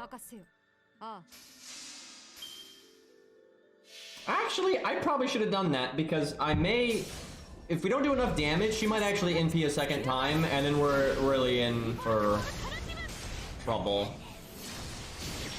I gotta say, man, I'm really impressed with Lee. Like, that performance from him was... When you look at how little damage everyone else is doing.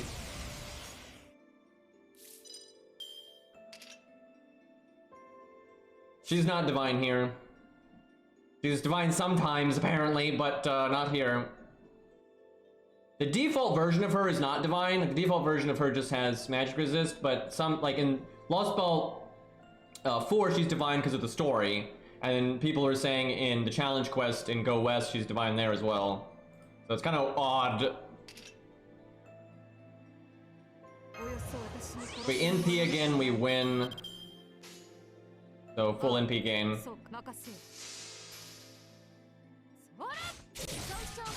Look at those crits. I may have fucked up though by using the evade, we'll see. I should have done the quick up. I would have gotten my NP again right there. I think. Well, I probably would have only been 2%, actually.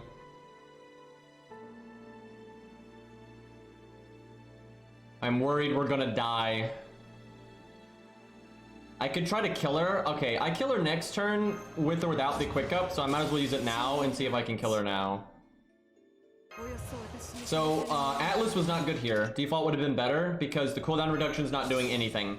So default would just be better. I would get the heal and I'd get the attack up. And the evade is tied with the invulnerability. So, that does not happen often for Scath or Ku, but in this case, that is absolutely... Like, the fight doesn't go on long enough to use this again, right? Just crit forehead. You have crit up and quick up. Good start. Alright, let me zeet the app here, because I'll give Omega wanted Charlotte. I don't know why. Look, Scath was actually pushed there, right? And then Lee can do it, but it's close. And so, how do you think this is gonna go for Charlotte? Clearly, guys, Charlotte's been holding back this whole time, right? This whole time. And she's gonna unleash her true power here, and she's just gonna one-shot the boss, right? Like she can just muscle through that defense up, right? We've tried Scath and Lee, and that's it.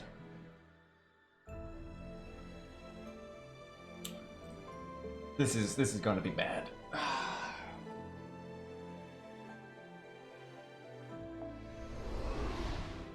If only Charlotte had armor ignore, that would at least be something. Wait, doesn't she have armor ignore? I'm pretty sure she does. Let me check. Am I correct? I think she does.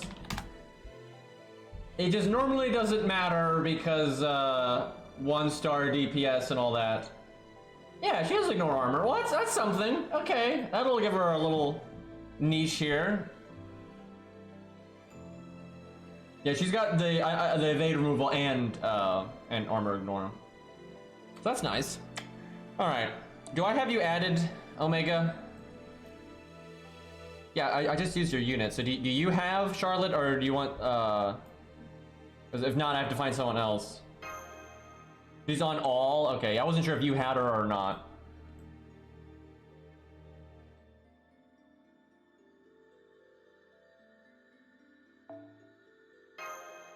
Assuming she makes it to the second health bar. I mean, if she's upgraded it enough, I think she can at least get that done.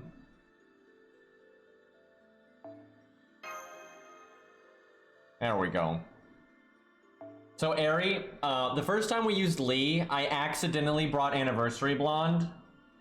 And as soon as like the taunts were dead, I just happened to get 100% Buster crit. And so I used Anniversary Blonde, and he, at neutral, he crit for 160,000 or some nonsense. Like, yeah, I know, it was not that bad. And we lost, but barely. And if things had gone just a little bit better, like if RNG had gone a little bit better, we would have won. And I actually made a mistake, because I did Buster, NP Buster, and the Buster did enough damage to break the health bar in its entirety. So I could have just saved the NP. So if I had not made that mistake, we would have won. Like, because we were super close to winning, and if I had just NP'd the next health bar, it definitely would have been a win. So, yeah, it wasn't really that bad. Big Buster crits.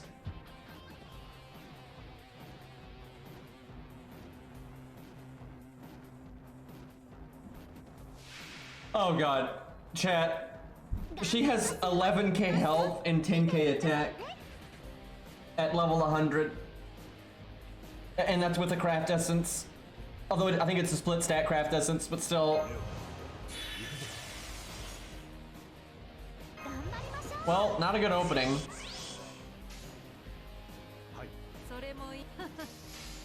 She looks cool, you know, she got the hat, you know, it's nice.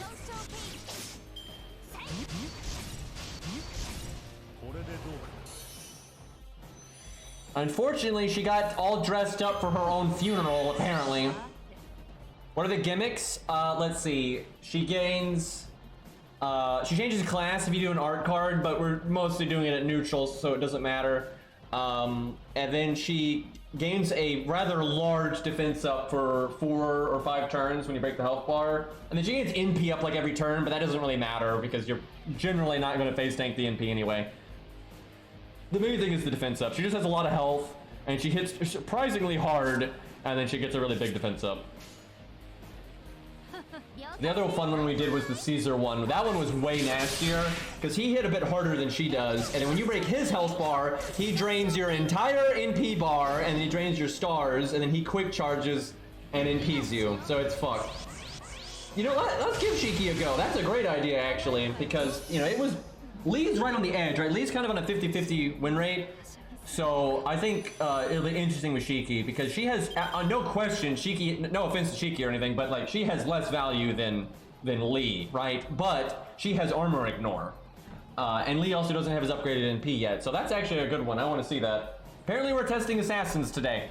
What do I do here? I guess I cast her skills because unlike Lee, she's not gonna just breeze through this health bar. At least we got the art up, that's nice.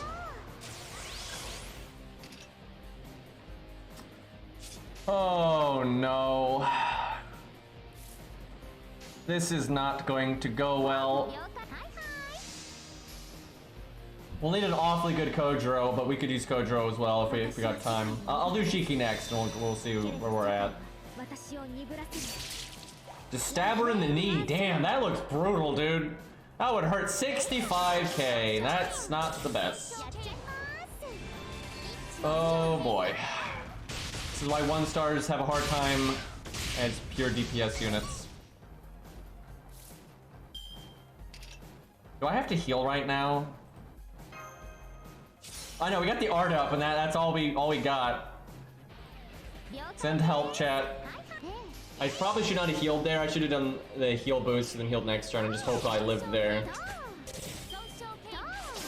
See, I was trying to save the attack up for the second health bar, but I should have used it on the first one. Oh no. We're gonna die to the dot. Chat, we are gonna die to the dot. So we're gonna make it to the second health bar, but we're never gonna NP it to do the armor ignore. Sadly, I do not have my 100 face. She is grailed over here, but not as much. She's like level 80 or 90, so it's not nearly as upgraded over here. She could probably do it. She has. You have to get a little lucky, but she does have a good toolkit for it because she has the longevity, and this fight is going to go on longer. If she lost, it would be because her heal doesn't heal for enough to make up for the normal card damage. We didn't break. We didn't break? Oh hey, we didn't get the burn. Okay, so if she casts a skill here, we actually get to live and use our NP with the attack up and all that. I guess we want to make stars.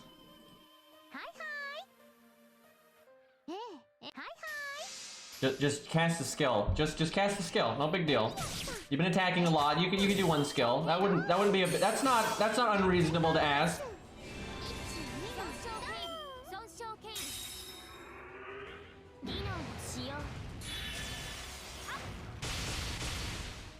Skill. Why are you like this? You couldn't hold yourself back a little bit for Charlotte, right? It's like you gotta try hard against Charlotte. It's kind of like you have like a Navy SEAL playing basketball with like a 12-year-old girl, and then he goes like 100%. It's like, what are you doing? Okay. We might give her another attempt in a second here, because that was rough. Oh, okay, we'll do it right now. We got a Mega right here. We'll give her one more go. We'll use that attack up sooner. See if that helps any.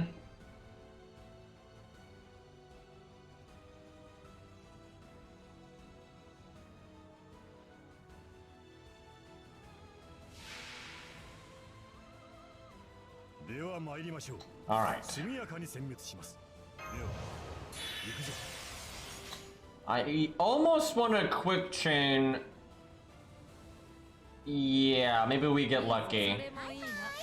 Oh man, watch us get the crit buff on our third skill. Like the NP up is fine, the art up is better, but the NP up is fine.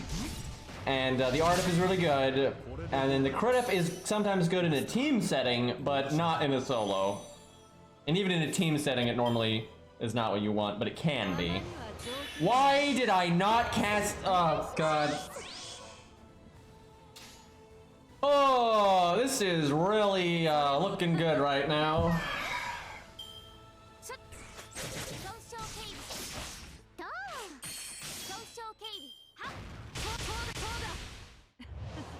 Alright, chat. Are we gonna get the art up at least?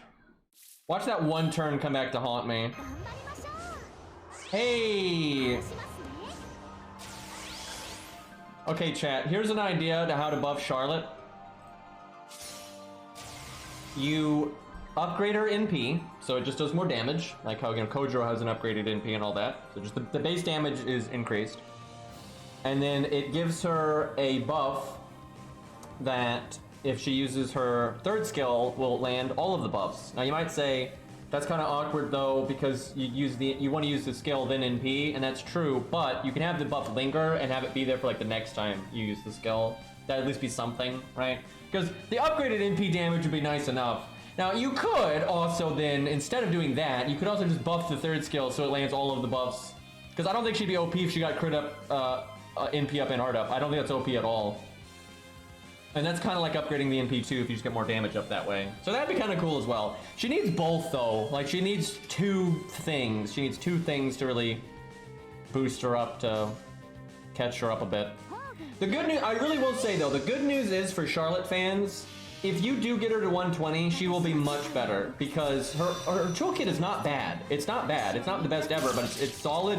The issue is her toolkit is not it needs to be disproportionately good to make up how low her stats are, but it's not, right? Where Kojiro has a disproportionately good toolkit now, so it really helps deal with the low star nonsense. Where if you get her to 120, she'll basically, I think at 120, she's gonna feel like a 3-star at 100, right? And that's, maybe even a little over that, maybe even like a 4-star at 100. Probably like a 3.5 star at 100. You know, like Saber Lily at 100, right? One of those. Actually, wait, no, that's not right. Saber Lily is actually like a 2.5 star at 100 because this game hates her. I totally forgot about that. Saber Lily starts off as a 3.5 star, but because of like her being, you know, basically 70 at 80, she loses 10 levels, so it's not the best. All right, if we could break right now, that would be so good, because then I can do the heal boost heal next turn and all that.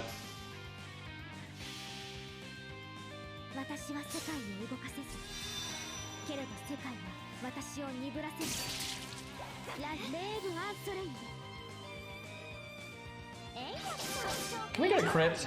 No! Why do you... if either of those art cards had crit or the NP had high rolled more...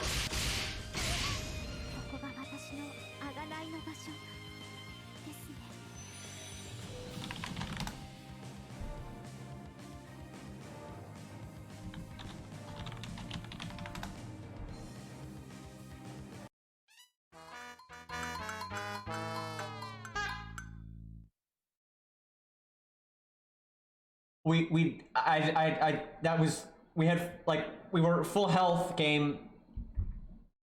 Titanic, shitty, I would, but that, unfortunately, that one is, DMCA, unfortunately. That was definitely the right moment for that, though.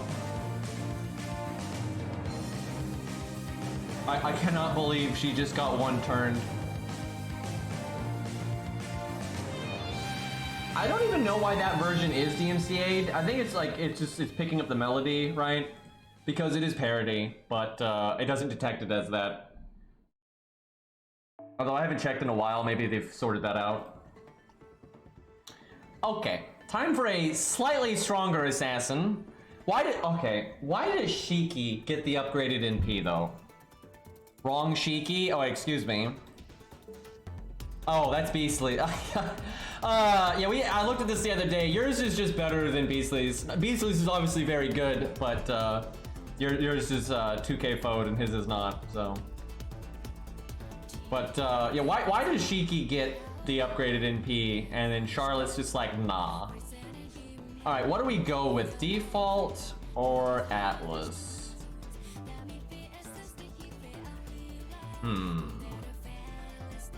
If Atlas gets us our evade twice, I think Atlas. But without the heal, it's gonna be tough to live that long, because she does hit very hard. What are our command codes? Star Bomb, Star Absorb, nothing too crazy. I think we have to do default. I want to do Atlas because it's more peak value, but actually, I really do think because of this whole welfare coin situation, they are probably at some point going to bring Shiki back. It might be a while, but I think they will do it. So that is a thing. So it's kind of nice. The bad news is if you want a 120er, you're still going to have to bond 15er.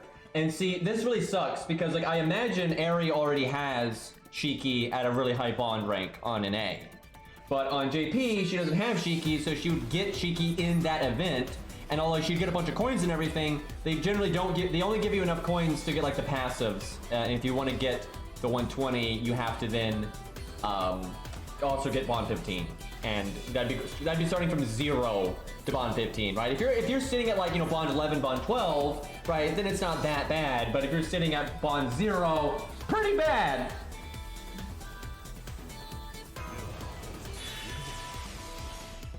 Quick chain, I think.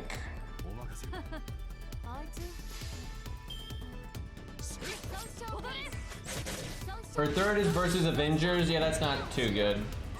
I mean, it's good sometimes because sometimes you have to fight Avengers at neutral, and if you are wanting to solo and they happen to be an Avenger, you're going to be very happy to have it, but that's applicable a lot less often than her other two.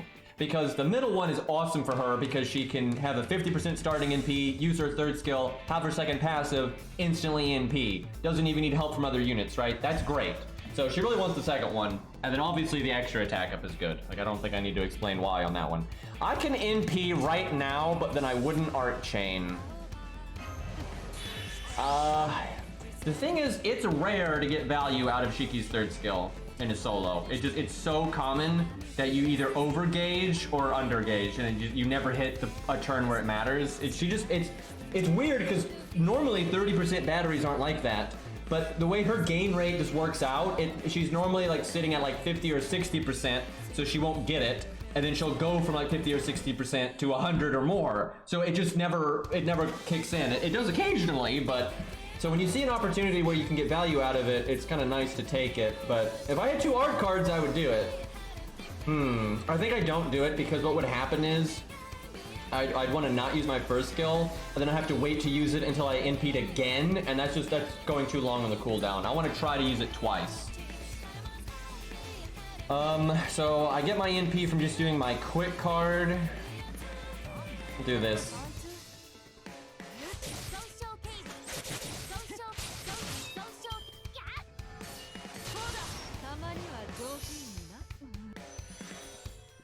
Okay. I think I evade here. Besides, she's got buffs that I don't want to get hit by.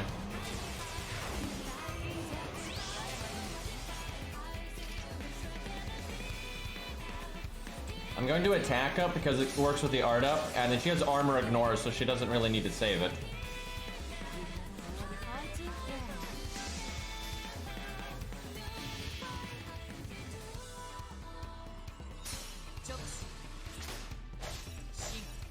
I mean, what they kind of do... Ah, oh, damn it, we didn't get the defense down. That sucks. That's only 20% chance, too. Really adds up here. Helps your normal card damage.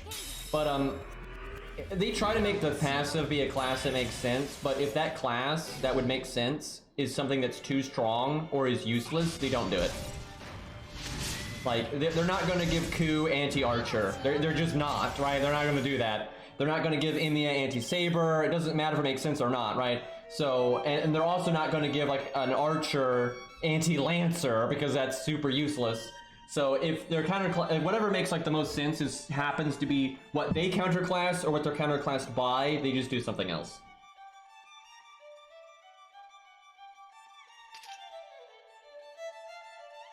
Man, I really wish we got that defense down because we would have another defense down right here. Yeah, the anti-berserker people just get really lucky. That was a good emote combo there with the violin, Saber.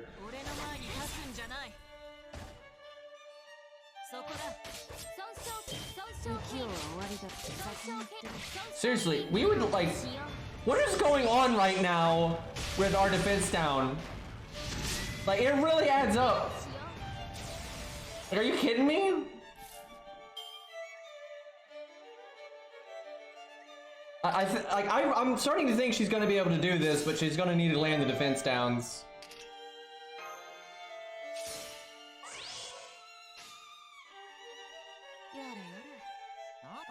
Because hers is what, 20%? So we'd have 40% damage up right now. That is no joke.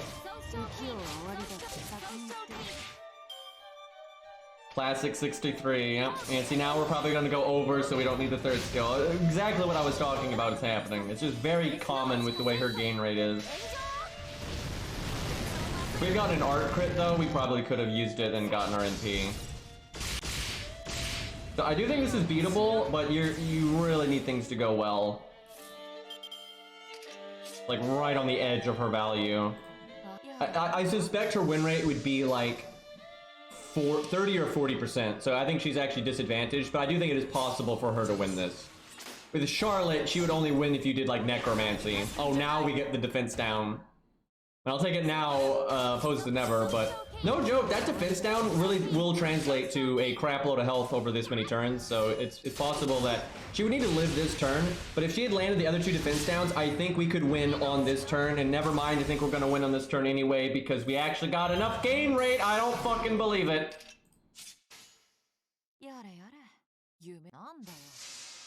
Feels good. We definitely win if we land this defense down, and I think we win without it though because the other defense down is applying to this NP. And so as long as we don't like super low roll, we're fine. Nice. Okay, we'll move on now. We got plenty of these to do, so we'll move on. That was pretty satisfying kill right there. She'd keep doing good, man. I'm impressed actually. That's not bad at all. Because you cannot say she won that because of good RNG, right? Like, yeah, she didn't get like Buster crit or anything like that, but she was missing her crits and she missed 2 defense downs in a row, so that's actually, I'm quite impressed by that. She actually is keeping up with Lee. I'm not sure we ever played Lee optimally, but that's really good. Although, I guess to be fair to Lee though, she has an armor ignore gimmick where he doesn't, but... I mean, I know Kojiro can't beat it, there's no way. And now he might be able to do it on JP, I'll say that. But I should have done Kojiro though, I kind of forgot. My apologies. But he would not have won. He would have done better than Charlotte, but he would not have won. We don't have a 100 face to use, though, unfortunately. Alright, these are fun, though. I'm having a good time here. We got another class switcher, so if we want... Eri, could you give Atalante something more, like, typical, like, for soloing? Because they're going to turn into something that's not a Saber, but she's AoE, so I want to see if we can... We'll see if it's reasonable or not, right? And this is a good way to preview whatever the boss turns into. I'm done with this stage. Okay, we'll preview with something else then real quick.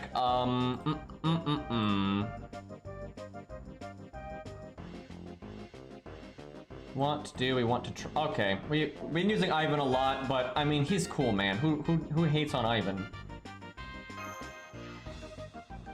No, Omega, no. There is Phantom of the Opera, which I can assure you would do worse than Charlotte in many situations. There's also Jekyll and Hyde. Actually, this is crazy, but Jekyll and Hyde will sometimes do better than Charlotte. It depends. Not necessarily in team play, like Charlotte has more like straightforward team value and stuff.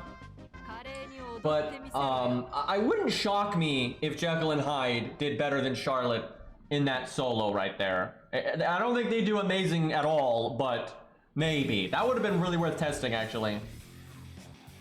Abby the Prankster. For a second there, I thought it said pancakes. Might have been better to do double quick for the stars. He doesn't have his buff removal yet on NA, does he? That's probably getting kind of soon, though.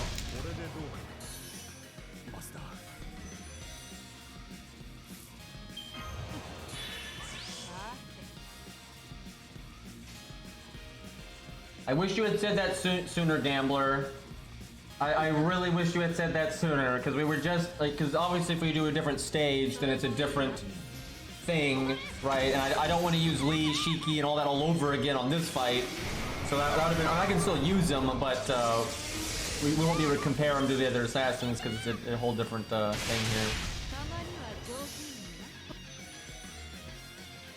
Alright, her thing is...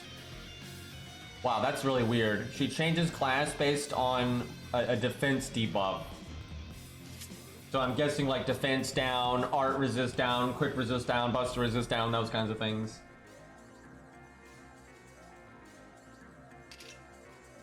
That means Atalante would probably wreck it, but I don't know, she's AoE, well, we'll see. But she could keep it as Saber the whole time, like no problem.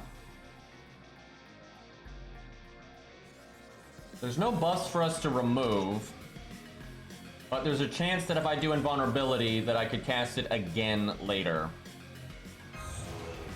He doesn't have a lot of self buffs off memory, so I think I cast it.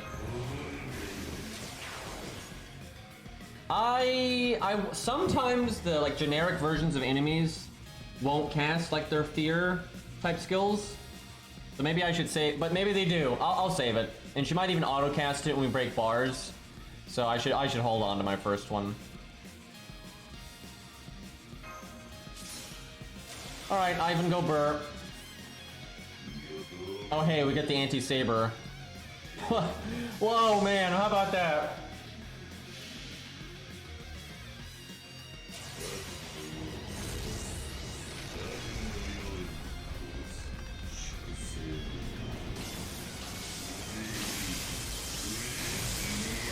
Oh crap, we might actually it won't matter if it turns her into a foreigner, but that might count the buster resist down, we'll see. Oh, he's really hoping he would break there. Yep, that did it. So it's any like defense oriented debuff, essentially. Which I kind of figured. I kind of had memories of it. Like one of them is any offensive kind of debuff and one being a defensive one. Do I do art? Probably. Come on, you got this. We need to break right now. Come on, come on. I wish I could have my first skill up though. If I had my first skill up, I could probably NP next turn. Damn it, if that had crit. Damn it. Oh my god. The value that we just lost. We could have gotten so much right there if we had just broken. Oh, that is devastating. Oh, I just remembered. This is Abigail. And if we want to do this at neutral, we are gonna need a gut CE because, yeah, we're just gonna die unless you're one of the few units with buff removal resistance. That is so sad, though, that we didn't break there. Either that or you got a gas. Okay, that actually makes it pretty fair for Atalante, because she'll have to go pretty quick. This will not be a good one at all then for testing. Like, this is like the worst stage ever for testing. She did triple terror, so good thing to have debuff clear. Alright, I think Atalante probably needs a gut CE, because I'm not sure she can go that fast, but I don't know, she might be able to do 300k in time. Probably a gut CE, I feel like. Enkidu actually doesn't have his threat to humanity thing. Yeah, go gut CE, Harry. But Enkidu doesn't have his threat to humanity thing, but he could still wreck this because he still has his stun, so he'll still beat it. I mean, he can fucking beat. Actually, wait, does he have his threat to humanity now on an A? He actually might. Anyway, he could do, you know, solo the real fight with Abigail in the story. So, oh, he does? Oh, Jesus. Yeah, no, she's so dead. She is Omega dead. Not even a chance. You just have to waste your first NP to get her out of Saber, but oh no, can Enkidu afford to waste one NP? Yeah, and the funny thing is, even as a Saber, his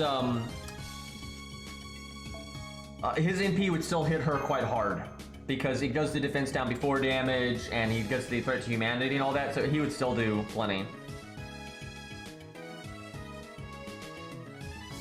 Maybe you gotta do the event slot area or something. Do you have a level 100 Guts CE? I'm kind of jealous. I've never had the guts to do that, but maybe someday.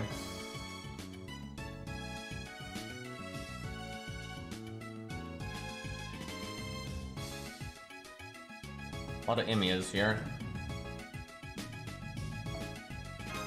Look, man. FP spamming sucks, right? Like, my ult account needs to get Qingong's passive because my ult account doesn't have an MLB K-scope. However, I'm sitting on over 1 million FP, but I just cannot be bothered to use all that FP and clean out my inventory over and over again to get the Qin copies to get his passive. Like, I just cannot be fucking bothered. Like, it sucks. And you're gonna make like 1 million CE bombs, right? And that's what you have to do if you want to make CE bombs, like level up a gut CE to 100, right? That's what I'd have to do. And it's a pain.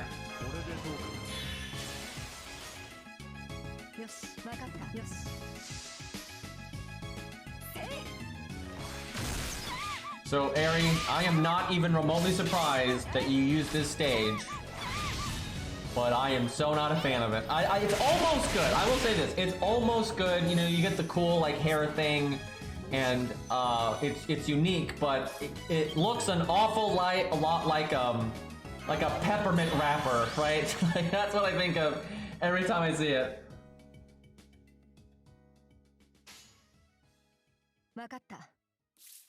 I don't even hate it. It's not my cup of tea. I'm not, the stripes don't toothpaste. Yeah, there we go. The stripes are not my style. It's a nice option though. I'm glad it exists.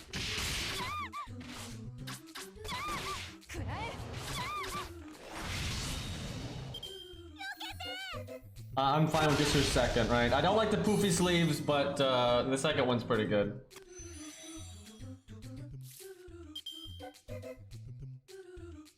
You know, that's a fair point, Ari. That's when she was the sad character model. The ribbon, what is that? I don't know what it's. I don't know if it's a ribbon or whatever the fuck you call that. The thing in hair. You know, that'll make the head look bigger, so the whole, you know, bobblehead nonsense issue they had would look a bit better. Hide the horror. Okay, what's the play here? Evade is useless against the NP. However, you can evade right after the NP. Okay, wait a minute. She's never going to change classes, so her NP tick is never going to change. When she turns into Foreigner, it takes her longer to NP. So we are getting NP'd, so I need to save the evade for after it. And my health doesn't even matter until after it, so I can heal and all that after. Okay. I guess art because it has a decent crit chance.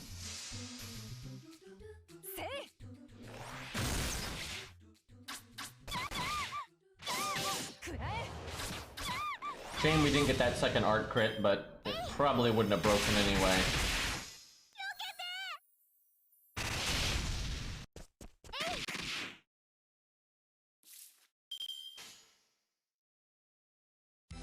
This would be so nasty if she turned into a Foreigner, but I don't think there's any way for us to proc that.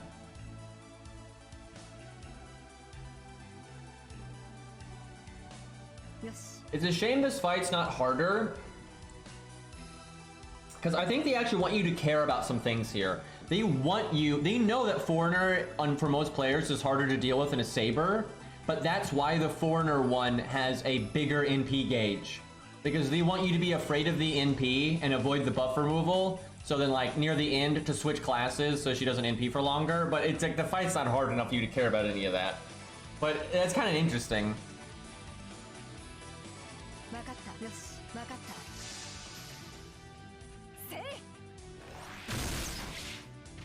It's just training, guys. Clearly, we're not killing a child. It's just gotta get her ready for I don't know, battling pancakes. I don't know.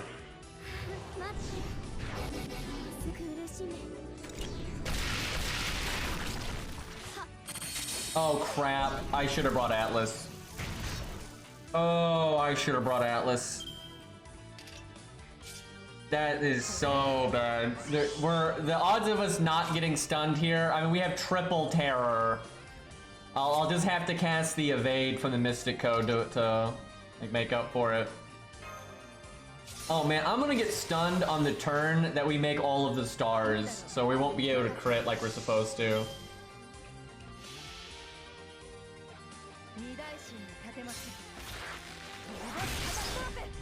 Oh no, fast mode Atalante NP. That does not look half as awesome. Damn it, support list. Just guard. Who would have thought we would have gotten stunned when they had 3 chances to stun us? We're okay though. Because we're counterclassing, we're pretty strong here. You know, her face there is awful lot like Pinocchio W or whichever one it is. Yeah, Pinocchio W, that's the one. I had to check. I get them confused.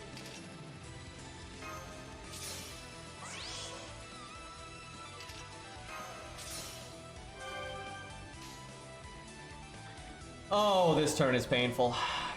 Look at all those guaranteed crits. So I'm pretty sure I could have evaded early on to just get the NP gain buff and it would be back by now, because we're on turn 7. You have 0 stars. Ain't that a fun feeling?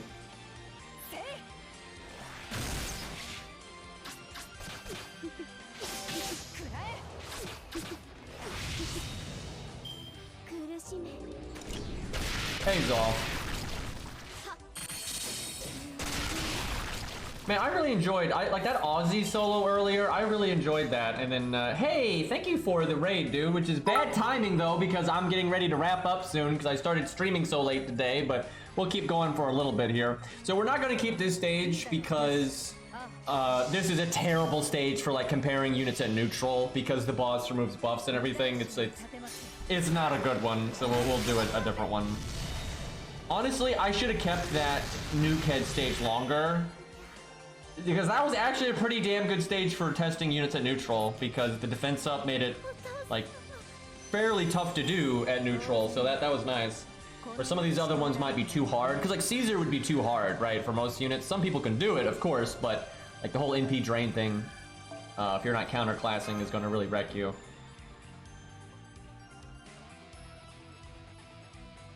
You should have used my Kojiro, indeed. Hey, Peep. Thank you for the bits, man.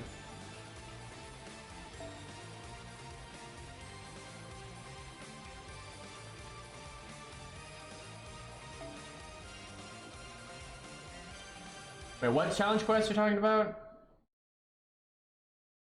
The Shadow Knights Without a Table.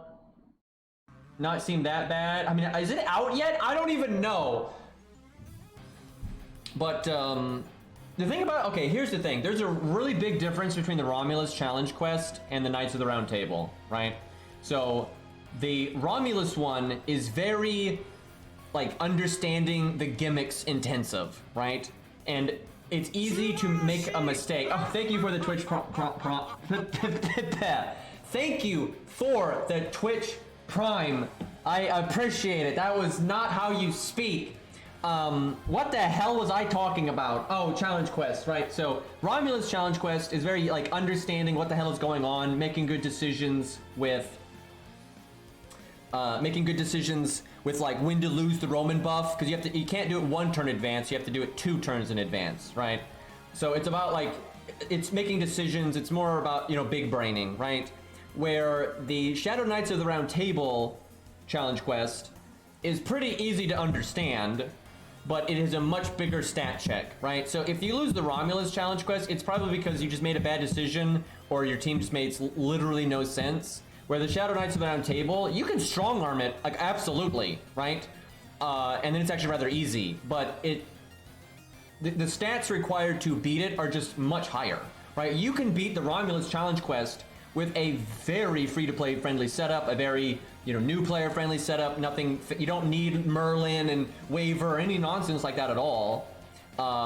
With the Knights of the Round Table, although you can beat it without those things, it is exponentially harder, right? It's so much harder. Where the Knights of the Round Table, though, you can just trivialize by summoning God Juna, you know, Qin Gong and those kinds of things, just go burr and blow it up, right? But I think a lot of players are going to have more problems with the Shadow Knights of the Round Table just because the stat check element is so high. Yeah, tongue-tied indeed.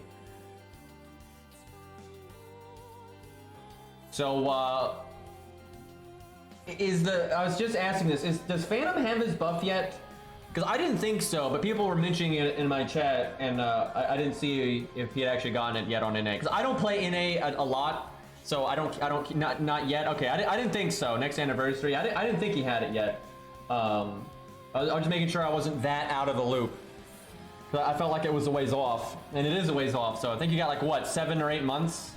Yeah, you must be counting the days, right? You must be just sitting there waiting for it, because that'd be very relevant for you. Damn it, though. That means, oh, that sucks. Oh, that sucks. That means he gets it after Lost Belt 5, and I won't spoil it, but there are multiple fights where it's like, you know, that'd be pretty handy, right? Like, yeah, that'd be kind of a boon to have, right? So that kind of sucks. Because Lost Belt 5 was before the anniversary, so. So here's the thing. Even when you use them all the time, though, I still think it's an underwhelming buff. And here's my logic here, because I know I don't use Phantom as much as you, but I do use them a fair amount.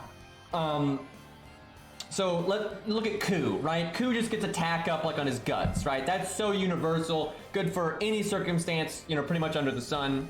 If you use Ku constantly, it's good. If you do them in teams with buff stacking and everything, that's good. If you do it in solo, then it's obviously good, right? Just good, right? No matter what the boss does, it's good. The Phantom buff, although will do something a decent amount of the time, even if you use them 24/7, there is still a lot of situations where the buff didn't even happen, right? It's like you're fighting a female, and it's not a boss that you particularly need buff removal for, because like their buffs are just whatever, right? And because that's actually fairly common, then he didn't even get buffed, right? He's the same as he always is, right? Now, obviously, you fight males plenty, and there are plenty of buffs that you want to remove. So I would say more times than not, his buff does kick in, and it does do something. But there are times that it doesn't, right? There's a decent chunk of times where his buff does not even kick in. And that's kind of annoying to me, because there are all these servants out there, right, that have gotten buffs that are just universal value boost, like Hercules. Hercules' buff means he lives longer pretty much no matter what, and he does more damage while living, right? So that's a huge value boost to him regardless of circumstance. He gets to live even longer than he did before, and with those turns that he originally had and the new turns that he gets from that extra survival, he's doing more damage. That is such an impactful buff, right? You know, Ku, universal attack up, shorter cooldown in his guts, that's super universal buff. You get Kojiro, right? He got his NP buff where he just does more damage and he gets the quick up burst. That's universal. You get the the quick resist down thing, that's universal. The debuff clear, that's not as universal, I suppose. Where then Phantom, who, let's be honest, is not nearly as good as Hercules, Ku, Ushi, and Ushi got a lot of universal buffs, right? He's worse than them to begin with, and then he gets a niche buff, right? So you have these like units that are already strong arming him, right? They're already just better than him, and they get these like super good buffs that are applicable 100% of the time, and then Phantom's like, I get the niche one. It's like, what the? Who looks at Phantom of the Opera and is like, yep, you know what that needs? That needs a niche buff, right? Because he's so good as is. He does. It's like if they gave Geronimo like anti-giant damage, right? It's kind of like, really? That's what you're gonna give Geronimo, right? Or like Jekyll and Hyde gets like anti, female or something, right? It's like, that's like, can we just get a constant buff? I will say this though, at least though for Phantom, buff removal is kind of rare. And when you need it, you need it.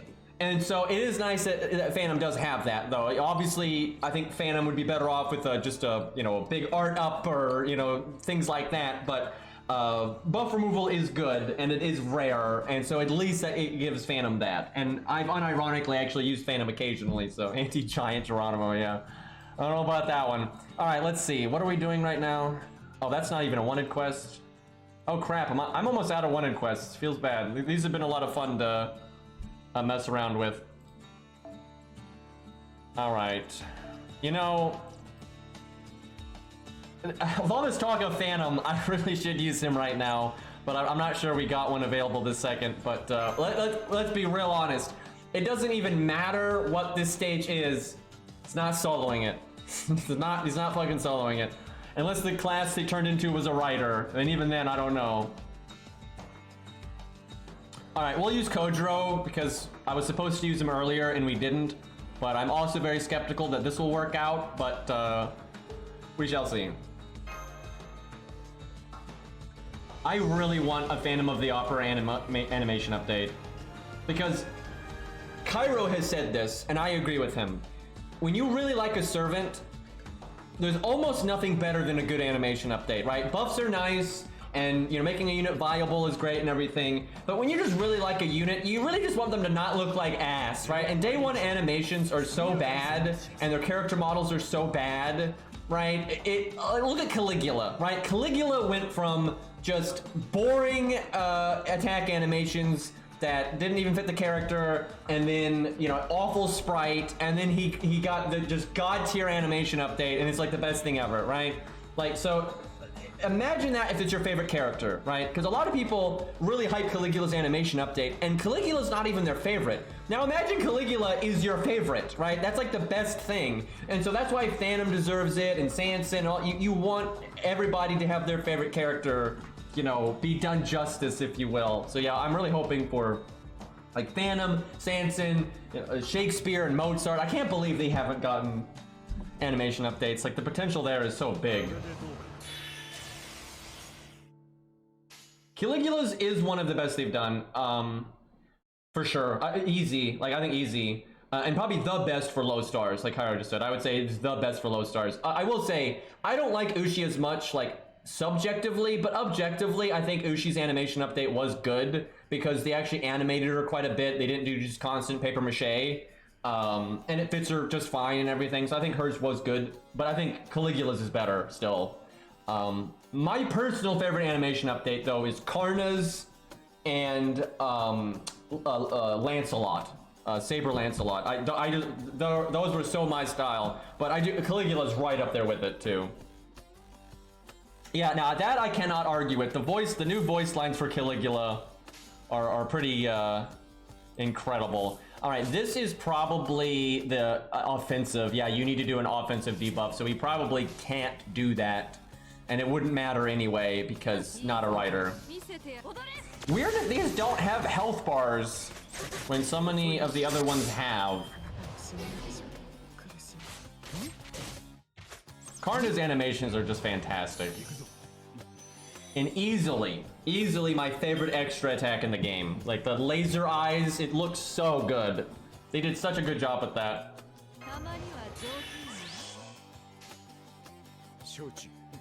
Actually, I think I might quick chain, because I'm going to get my NP anyway, so no need for the Merlin stuff. Do I do the star gen up? I'm going to say yes.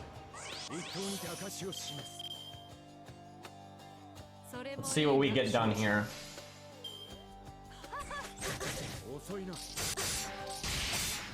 This would be a very easy stage to one-shot if you cared to.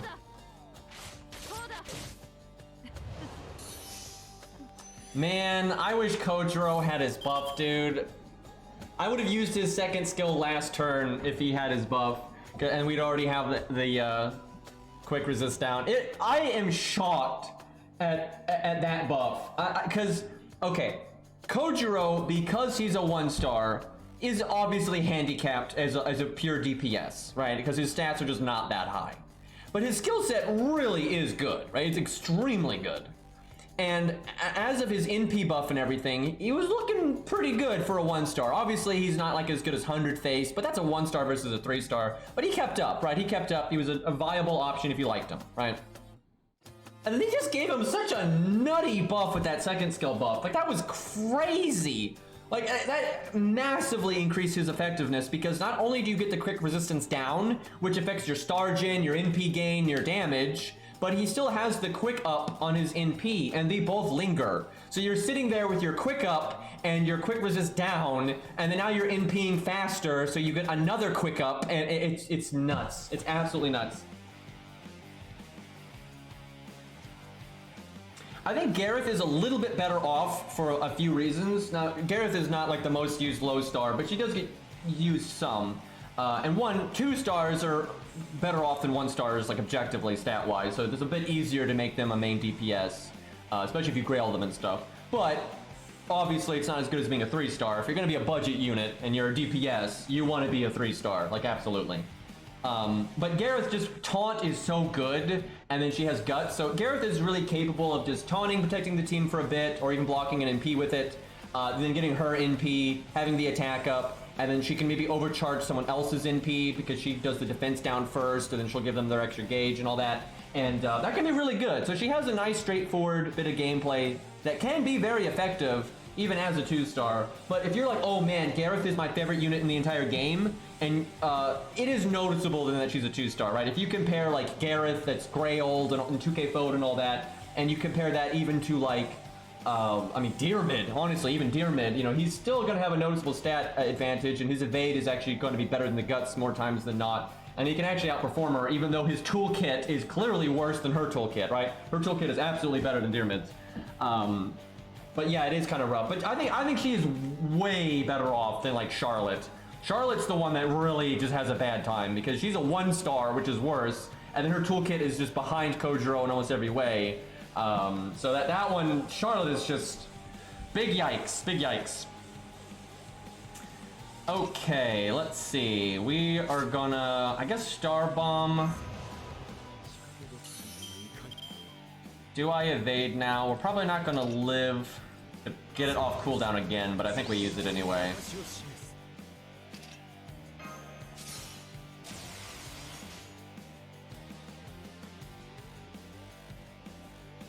Honestly, I don't think fixing Angra in a single buff is even that hard, because, you know, Avenger's niche, but he does do, like, okay normal card damage against a ruler, because rulers normally have less health proportionate to, like, other classes. And, like, that buff he got to his 3rd skill, it was pretty decent, actually. So, like, you could do all, like, for example, here's a really easy way you could fix Angra. Add to one of his skills, maximum HP up, like, 20k. Now he's like busted, because now you're capable of doing so much more damage with the true damage. And true damage can actually be like OP because it gets around evade, invulnerability, damage cut, damage resistance, defense up, you know, everything, right? So that can be like busted as hell.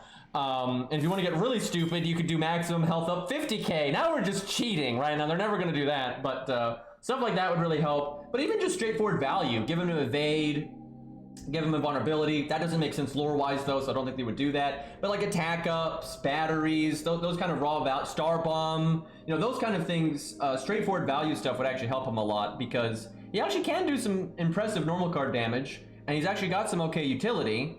And then true damage is good, it's just a pain to set up, and he doesn't do enough true damage for it to be worth it. But because he's an Avenger, I don't think it'd be too hard to make him good. That would be so funny though, if they buffed him and they gave him like a maximum HP up like that, because the thing is, if you grail him and 2k foe him, he can have a lot of health. And then you can do a craft essence with maximum health, and then you could be NP5 if you're a lucky bastard, and then that means his multiplication per health is higher, and you could actually get like, you know, 90 to 100k or some nonsense at that point off of if you had maximum HP up, right, you could get like up to 90, because right now he needs like 60k, right? You need like 60, 65k as true damage. If you get up to like 100k and stuff, that's just nuts, right? That's actually good for some boss fights. What unit do you think is the hardest to fix with a single buff aside from Jekyll? Well, it is Jekyll. I absolutely, it's Jekyll. That is such a mess of a unit. If you look at the, oh, dude, King Protea with Angra's kit, dude, or NP, that would be so busted. So yeah, Jekyll and Hyde, no question, is the hardest unit to, if theoretically you could fix Jekyll and Hyde in one buff, you just give them attack up, buster up, you know, invulnerability all in one skill, right? But if you look at the style, what they're willing to do in a single buff, I don't think you can even get close to fixing Jekyll and Hyde in one buff. But other than him, who else is hard? Let's see. Not Benkei, actually. Because of Benkei's previous buff, I'd actually say Benkei is not too bad. Dude, I like Jekyll and Hyde so much, and I have like broken down the math and everything on that unit so many times, and he is so bad. He's like one of the worst units in the entire game, and there's literally no reason to use him in any circumstance ever. And like, so many people think he's good because the like, oh, I got him to buster crit for a lot, right? But you never mind that your NP did 0 damage and you needed way more setup than normal for that. It's just, it's so bad, terrible. But let's see, who else is incredibly bad? Not Brave Liz. Brave Liz is fine because Brave Liz's first and second skill are so good, and she's NP5 for free that it doesn't even matter what her third skill does. So like, Brave Liz is not a problem. No, not Matahari. Matahari's fine because Matahari does so much defense down. She's a nice budget buff stacker, right? She can give you 40 to 60% damage up to any card type. Like, that alone is good. And then like, and maybe you might say she's not good enough, but that's easy to fix in one buff. Because you could, look, just give her like team-wide battery, right? Wow, now she's amazing, right? Even if it's just 10%, that's good. Attack up for the team, you know, Star Bomb. She's super easy to fix because she's already good. And then literally any kind of straightforward team support skill is instantly going to be great on her. Like, actually, you can make Matahari meta with just one buff. Like, cause she's already close to being meta because she has so much damage up, and then the charms and all that stuff is just a bonus. So if you just gave her like a buff that like Hohenheim got, where it's like this just obvious good team support skill like that, she's instantly meta, right? So she's easy. She's super easy to fix. Now they just buffed her, and the buff they gave her was kind of dumb because it was a really strong buff, but it just was a buff that didn't like matter for her very much, because you're not going to use her on a team where you really want her to do star gen like that. It's okay, it was an okay buff, but that was a very strange buff to give her. I wish they'd given her like quick up to the team or something like that. I think that would have been better, because quick needs a budget support really bad. Or buff removal resistance for the team. That's incredible. You give that to literally any unit in any budget unit in the entire game and they're fixed, right? You give Geronimo buff removal resistance for the entire team and he's useful now, right? So at some point they'll probably do that. But back to Aries' question. I'm trying to think, what's a unit that I think is very hard to fix in one buff? So the usual suspects, right? The units that are in really bad shape are Geronimo, Jekyll and Hyde. I'd say still Phantom. I'm sorry to say it, but even with Phantom's buff, I'd say Phantom is still in a bad spot. But some of those I don't think are hard to fix in one buff, so it's got to be something for Ku. Yeah. Oh no, God, Ku is so screwed, guys. Who's hard to fix in one buff? Oh, I got one. This is a weird answer because his baseline value is not that bad. I'd actually say it's good to an extent, but in terms of fixing him in relative to other units, I would say Dyrmid. Because yeah, he's got an upgraded NP and he's got hard survival, and that's like good enough to be a boss killer, but his competition just slaughters him. Like just absolutely slaughters him. And it'd be hard to give him one buff where he's actually going to be a side grade to Ku and Proto Ku now, right? Like he's so behind them. Although I guess you could just give him buff removal resistance and all of a sudden he's amazing. Black Bart, okay, I kind of agree with that one. Although I do feel like Black Bart, you could just give him like a team-wide quick up and he's great because he's got the Star Bomb and he's got the other team support. So you just give him quick up to the team and he's actually looking kind of good. I don't think they will fix him though. I think if they ever buff Black Bart, they're gonna do something stupid and they're gonna like try to make him a DPS. Like they're gonna double down on the DPS side of his kit instead of the support side, and that's suicide for a 1-star. Because look at what Kojiro is, how much they've had to buff him for him to kind of be a viable budget DPS, right? And you're never getting that out. Oh, Cha Cha. I don't think Cha Cha is that hard to fix, even though she's so bad, because she's at least an AoE berserker and that's inherently good. And just give her like a battery, just give her like a buster up, just anything straightforward like that will fix her. Geronimo is kind of hard to fix. He's easy to fix in the long run. Basically buff his first skill with any straightforward value, and then buff his third skill with any straightforward value, and he's fixed. But that's 2 buffs, right? So in one buff, he's fixable. You would just have to like really buff one of his skills, right? You buff his third skill to give himself like a Vade and like a battery, right? You do both, right? And then he's fixed, right? But they're not necessarily going to do that. All Taiga needs is an upgrade that lowers her cooldown on her evade. That's it. And then she's like, you maybe boost it up a little bit, but then if she just gets rid of the ridiculous cooldown, I think she's fine. Do I quick here? I'm gonna say yes. Like most units, I gotta stress this. I think most units in FGO are either really close to being good or at least good enough to be viable if you like them and want to make them work.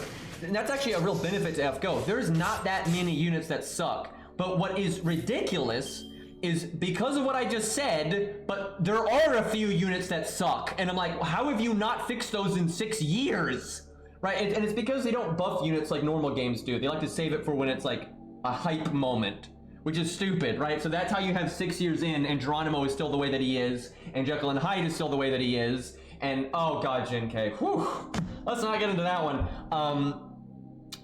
But yeah, there's just a, you know, Jekyll and Hyde, Geronimo, Ben-K still, Phantom still. It's like, why are Gilius? Oh boy, yeah, Gilius. Why are we 6 years in and those units are still that bad? But then, but Kojiro gets to be buffed out the wazoo, right? It's just strange.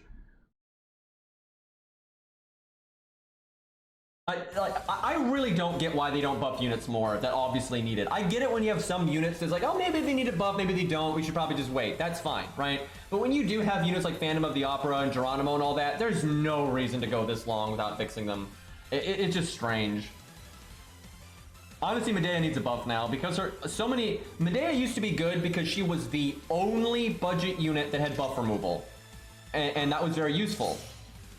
But now you've got Ben-K, you've got Phantom, you've got Alex, that's the big one, you've got Alex.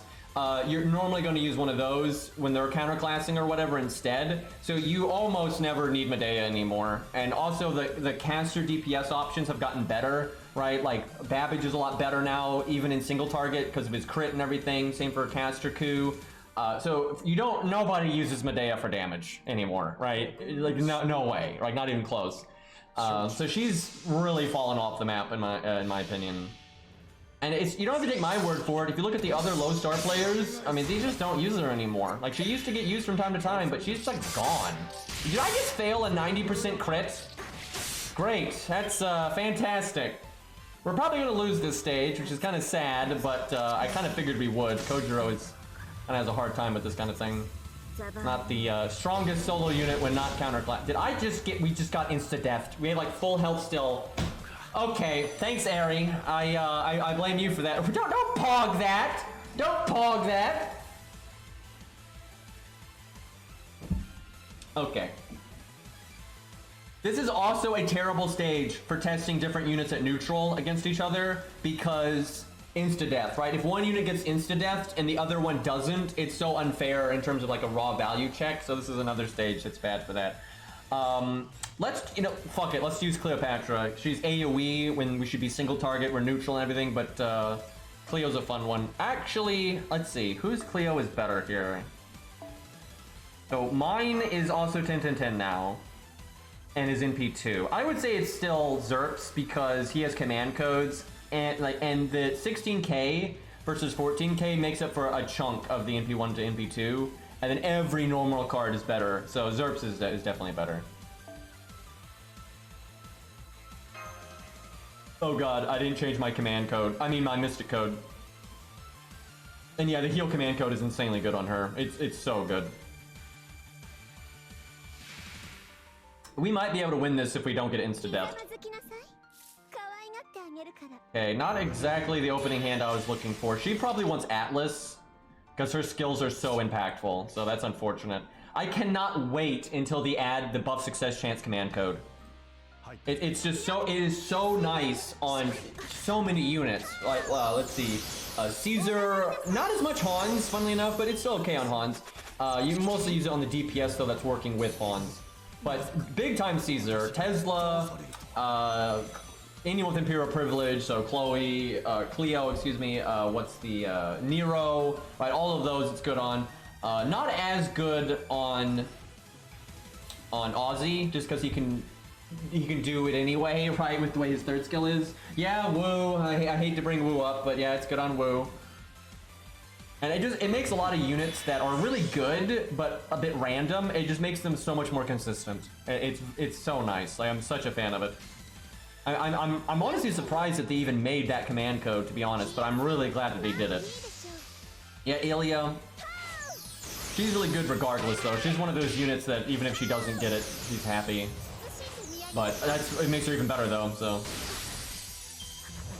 I really think the way that it's programmed is it's like that because there are enemies like the Bloodborne dudes from Lost Belt 1 that lower your buff success chance, right? And so things that are 100% go down to like 80 or 60 or whatever, and it'll help with that. But that's so niche, like who cares? What is the play here? I do think we invulnerability right now because we're gonna want to go around the wheel. I think we saved the first skill though. I'm tempted to BB because Buster crits are awesome. And I don't need the heal boost this turn. But that's a lot of NP get now. We got a BB. That's just, I mean, come on. Big numbers. I wish they made command codes more robust and interesting. They've been getting better about that, I would say. On JP, I'm actually quite happy with command codes now. If anything, I would say I think they need to kind of change the way they implement them now, because now they're kind of just adding the same thing, like derivative, which is fine, because new players need those old effects again, right? They need the buff removal, or they need the defense removal and stuff like that. But I think what they should do is maybe not add command codes as often, and instead of adding the same effects now, just put them in the Mana Prism shop so new players can get them, right? And if you don't want people to have repeats, just don't let them get repeats, and that's fine. Because there are like fundamental ones now that you should just give out, in my opinion. Because the problem with what they're doing now is, like, I think command codes really are in good shape now. They've added some pretty good ones that I'm happy with, like the buff success chance one. Is the inventory is just insane now. You click the command codes and there's a billion pictures, and it's like, okay, well, I'm just gonna have to memorize all these because that's gonna be easy. So that kind of sucks. But I like a lot of, there's still a few command codes I'd like them to add though, for sure. I'm not like, oh, they've done everything. Of course not. I can think of plenty of command codes they could still add. But they could really slow down on adding like the ones that we already have at this point. But I like the heal boost one a lot. I love that command code. I think the heal boost one is one of my favorites because it can be super impactful, and it legitimately sometimes makes you change the combo that you do, where, you know, there's a lot of tried and true combos, you know, you should do this or you should do that or whatever, but with certain command codes sometimes, like, okay, well, the meta combo here would be like Buster Quick Quick, but because of the command code order and like the skills that are coming up, I might actually want to do an off-meta combo, right? And I actually like that. I like that a lot, and that's been happening with a lot of the newer command codes, and that's been great. I'm a big fan. Yeah. Oh my god, the heal boost command code. I like it because first off, you can do silly things like on Enkidu and units with like burst heals where they go from like, you know, 1 to full, and that's always fun. But you can also use it on units like Arjuna, right? Arjuna's got that like 3k heal every turn, or 2k, 2.5k, whatever the hell it is. And when you do the heal boost, you can apply it every turn, right? There's no cooldown on it. So you just do the heal boost over and over and over, and then his heal per turn is healing for 4,000 and over and over and over and over, and that's crazy, right? So it's really flexible like that, and you can even use it with the other heal command code, and so it heals for 1.5k or even 2k because it can stack instead of 1k. I really like that. Yeah, I love that command code. It's great. And like the debuff clear ones, those are nice, and removing buffs from the enemies, those are nice. I like a few more team ones. The few team ones we have are pretty interesting. But they've been kind of like wary on those, I feel like, but some of those are nice. All right, let's see, what am I doing here? We're at full health, so not using Imperial Privilege yet. So what we really want here, and I think this will be the make or break if we win or not, we need the defense up to land. Obviously the attack up landing is really good too, but the defense up is what we really, really want. It's just, that's so much damage mitigation for so long. Let's see. I can probably NP next turn no matter what I do. I don't really need the heal boost, but I actually think Quick is good here. However, I might as well take the crit chance while I've got it, so I think we do Buster Quick Art.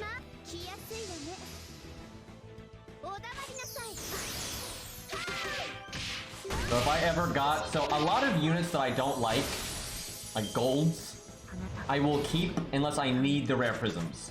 And the reason is they might get an interlude, like the Gilgamesh one with the dragon. Now I like Gilgamesh, but just the interlude's the example here. So even if I don't like a unit, I might want to level them, get the interlude, so I can save the stage and just keep it forever. So it's some good content that's repeatable, right? So I will often keep golds that I don't like, just because of that. But if I got the gender-bent version of Jacques Demoli, I would burn that immediately. I am so annoyed with that. Like, I would have been so happy if they would just have added the normal version that already existed in Fate, right? It's not like they gender-bent an historical figure. They gender-bent something that was already confirmed to be male in the first place in the Fate version, right? I'm so fucking annoyed with that. So that would get burned so fast. Okay, it is now time to do our first skill. We don't really need the heal boost, so it's okay that we don't have it. Okay, good. We landed everything. This is a good timeline. Wait a minute. Wait a minute. I messed up. I shouldn't have done that. I should have waited a turn. I should have waited a turn, because I have to evade here. The attack up is good, because I am doing damage here, but I'm whiffing a turn of the defense buff. And it's a 40% defense buff, and so losing a turn of that is actually kind of significant, so that was a mistake.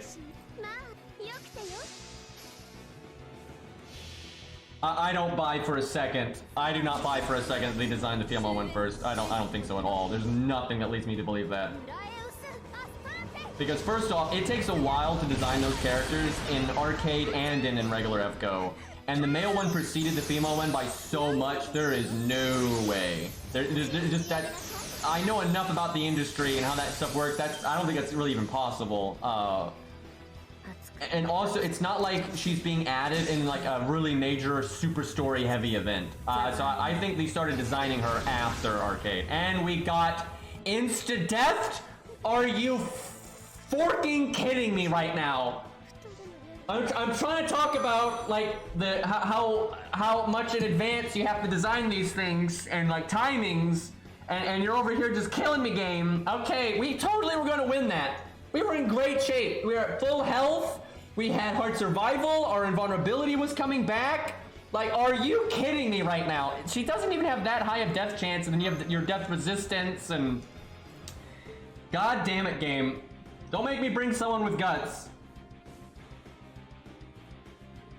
Oh, yeah, and thank you for the raid again. I really appreciate it, man.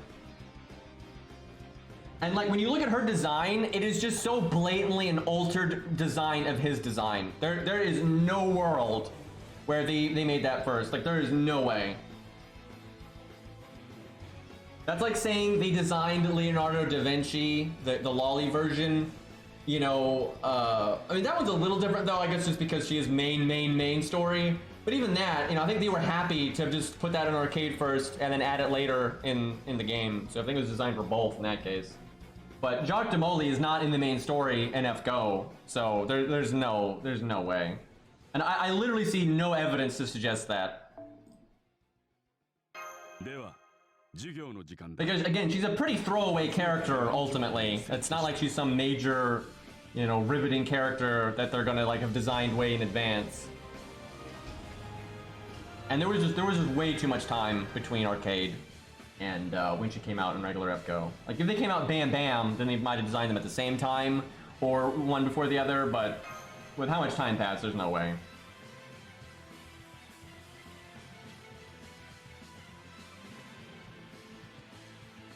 Okay, I actually probably should wrap up though.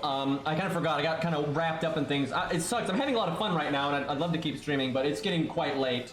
And I need to eat dinner, and I should have done that a while ago, and so I should probably wrap up for today. It does suck though, I'm really having a good time here, but we will get to it tomorrow. There'll be a little bit more of the JP event, so we'll do some of that.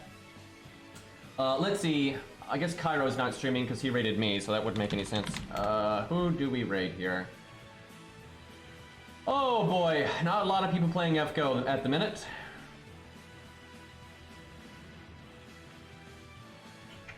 Let's go with... Oh, not Zogan. There we go. We'll raid him. Haven't raided him in a while. Alright, boys. Thank you for hanging out. I might try to do... I might not play FGO a whole lot tomorrow. We'll probably play it some, for sure. But I do want to try Metroid Dread now that I can play it. I'd like to do that. Oh, crap. I just remembered I've got a doctor's thing tomorrow. Damn it. Oh, that's gonna mess everything up. Well, we'll play it by ear. We'll see what happens. I totally forgot about that. Well, yeah, we'll just see what happens. Anyway, I will see you all later. Peace. Oh, I should actually click the raid button. That would be good.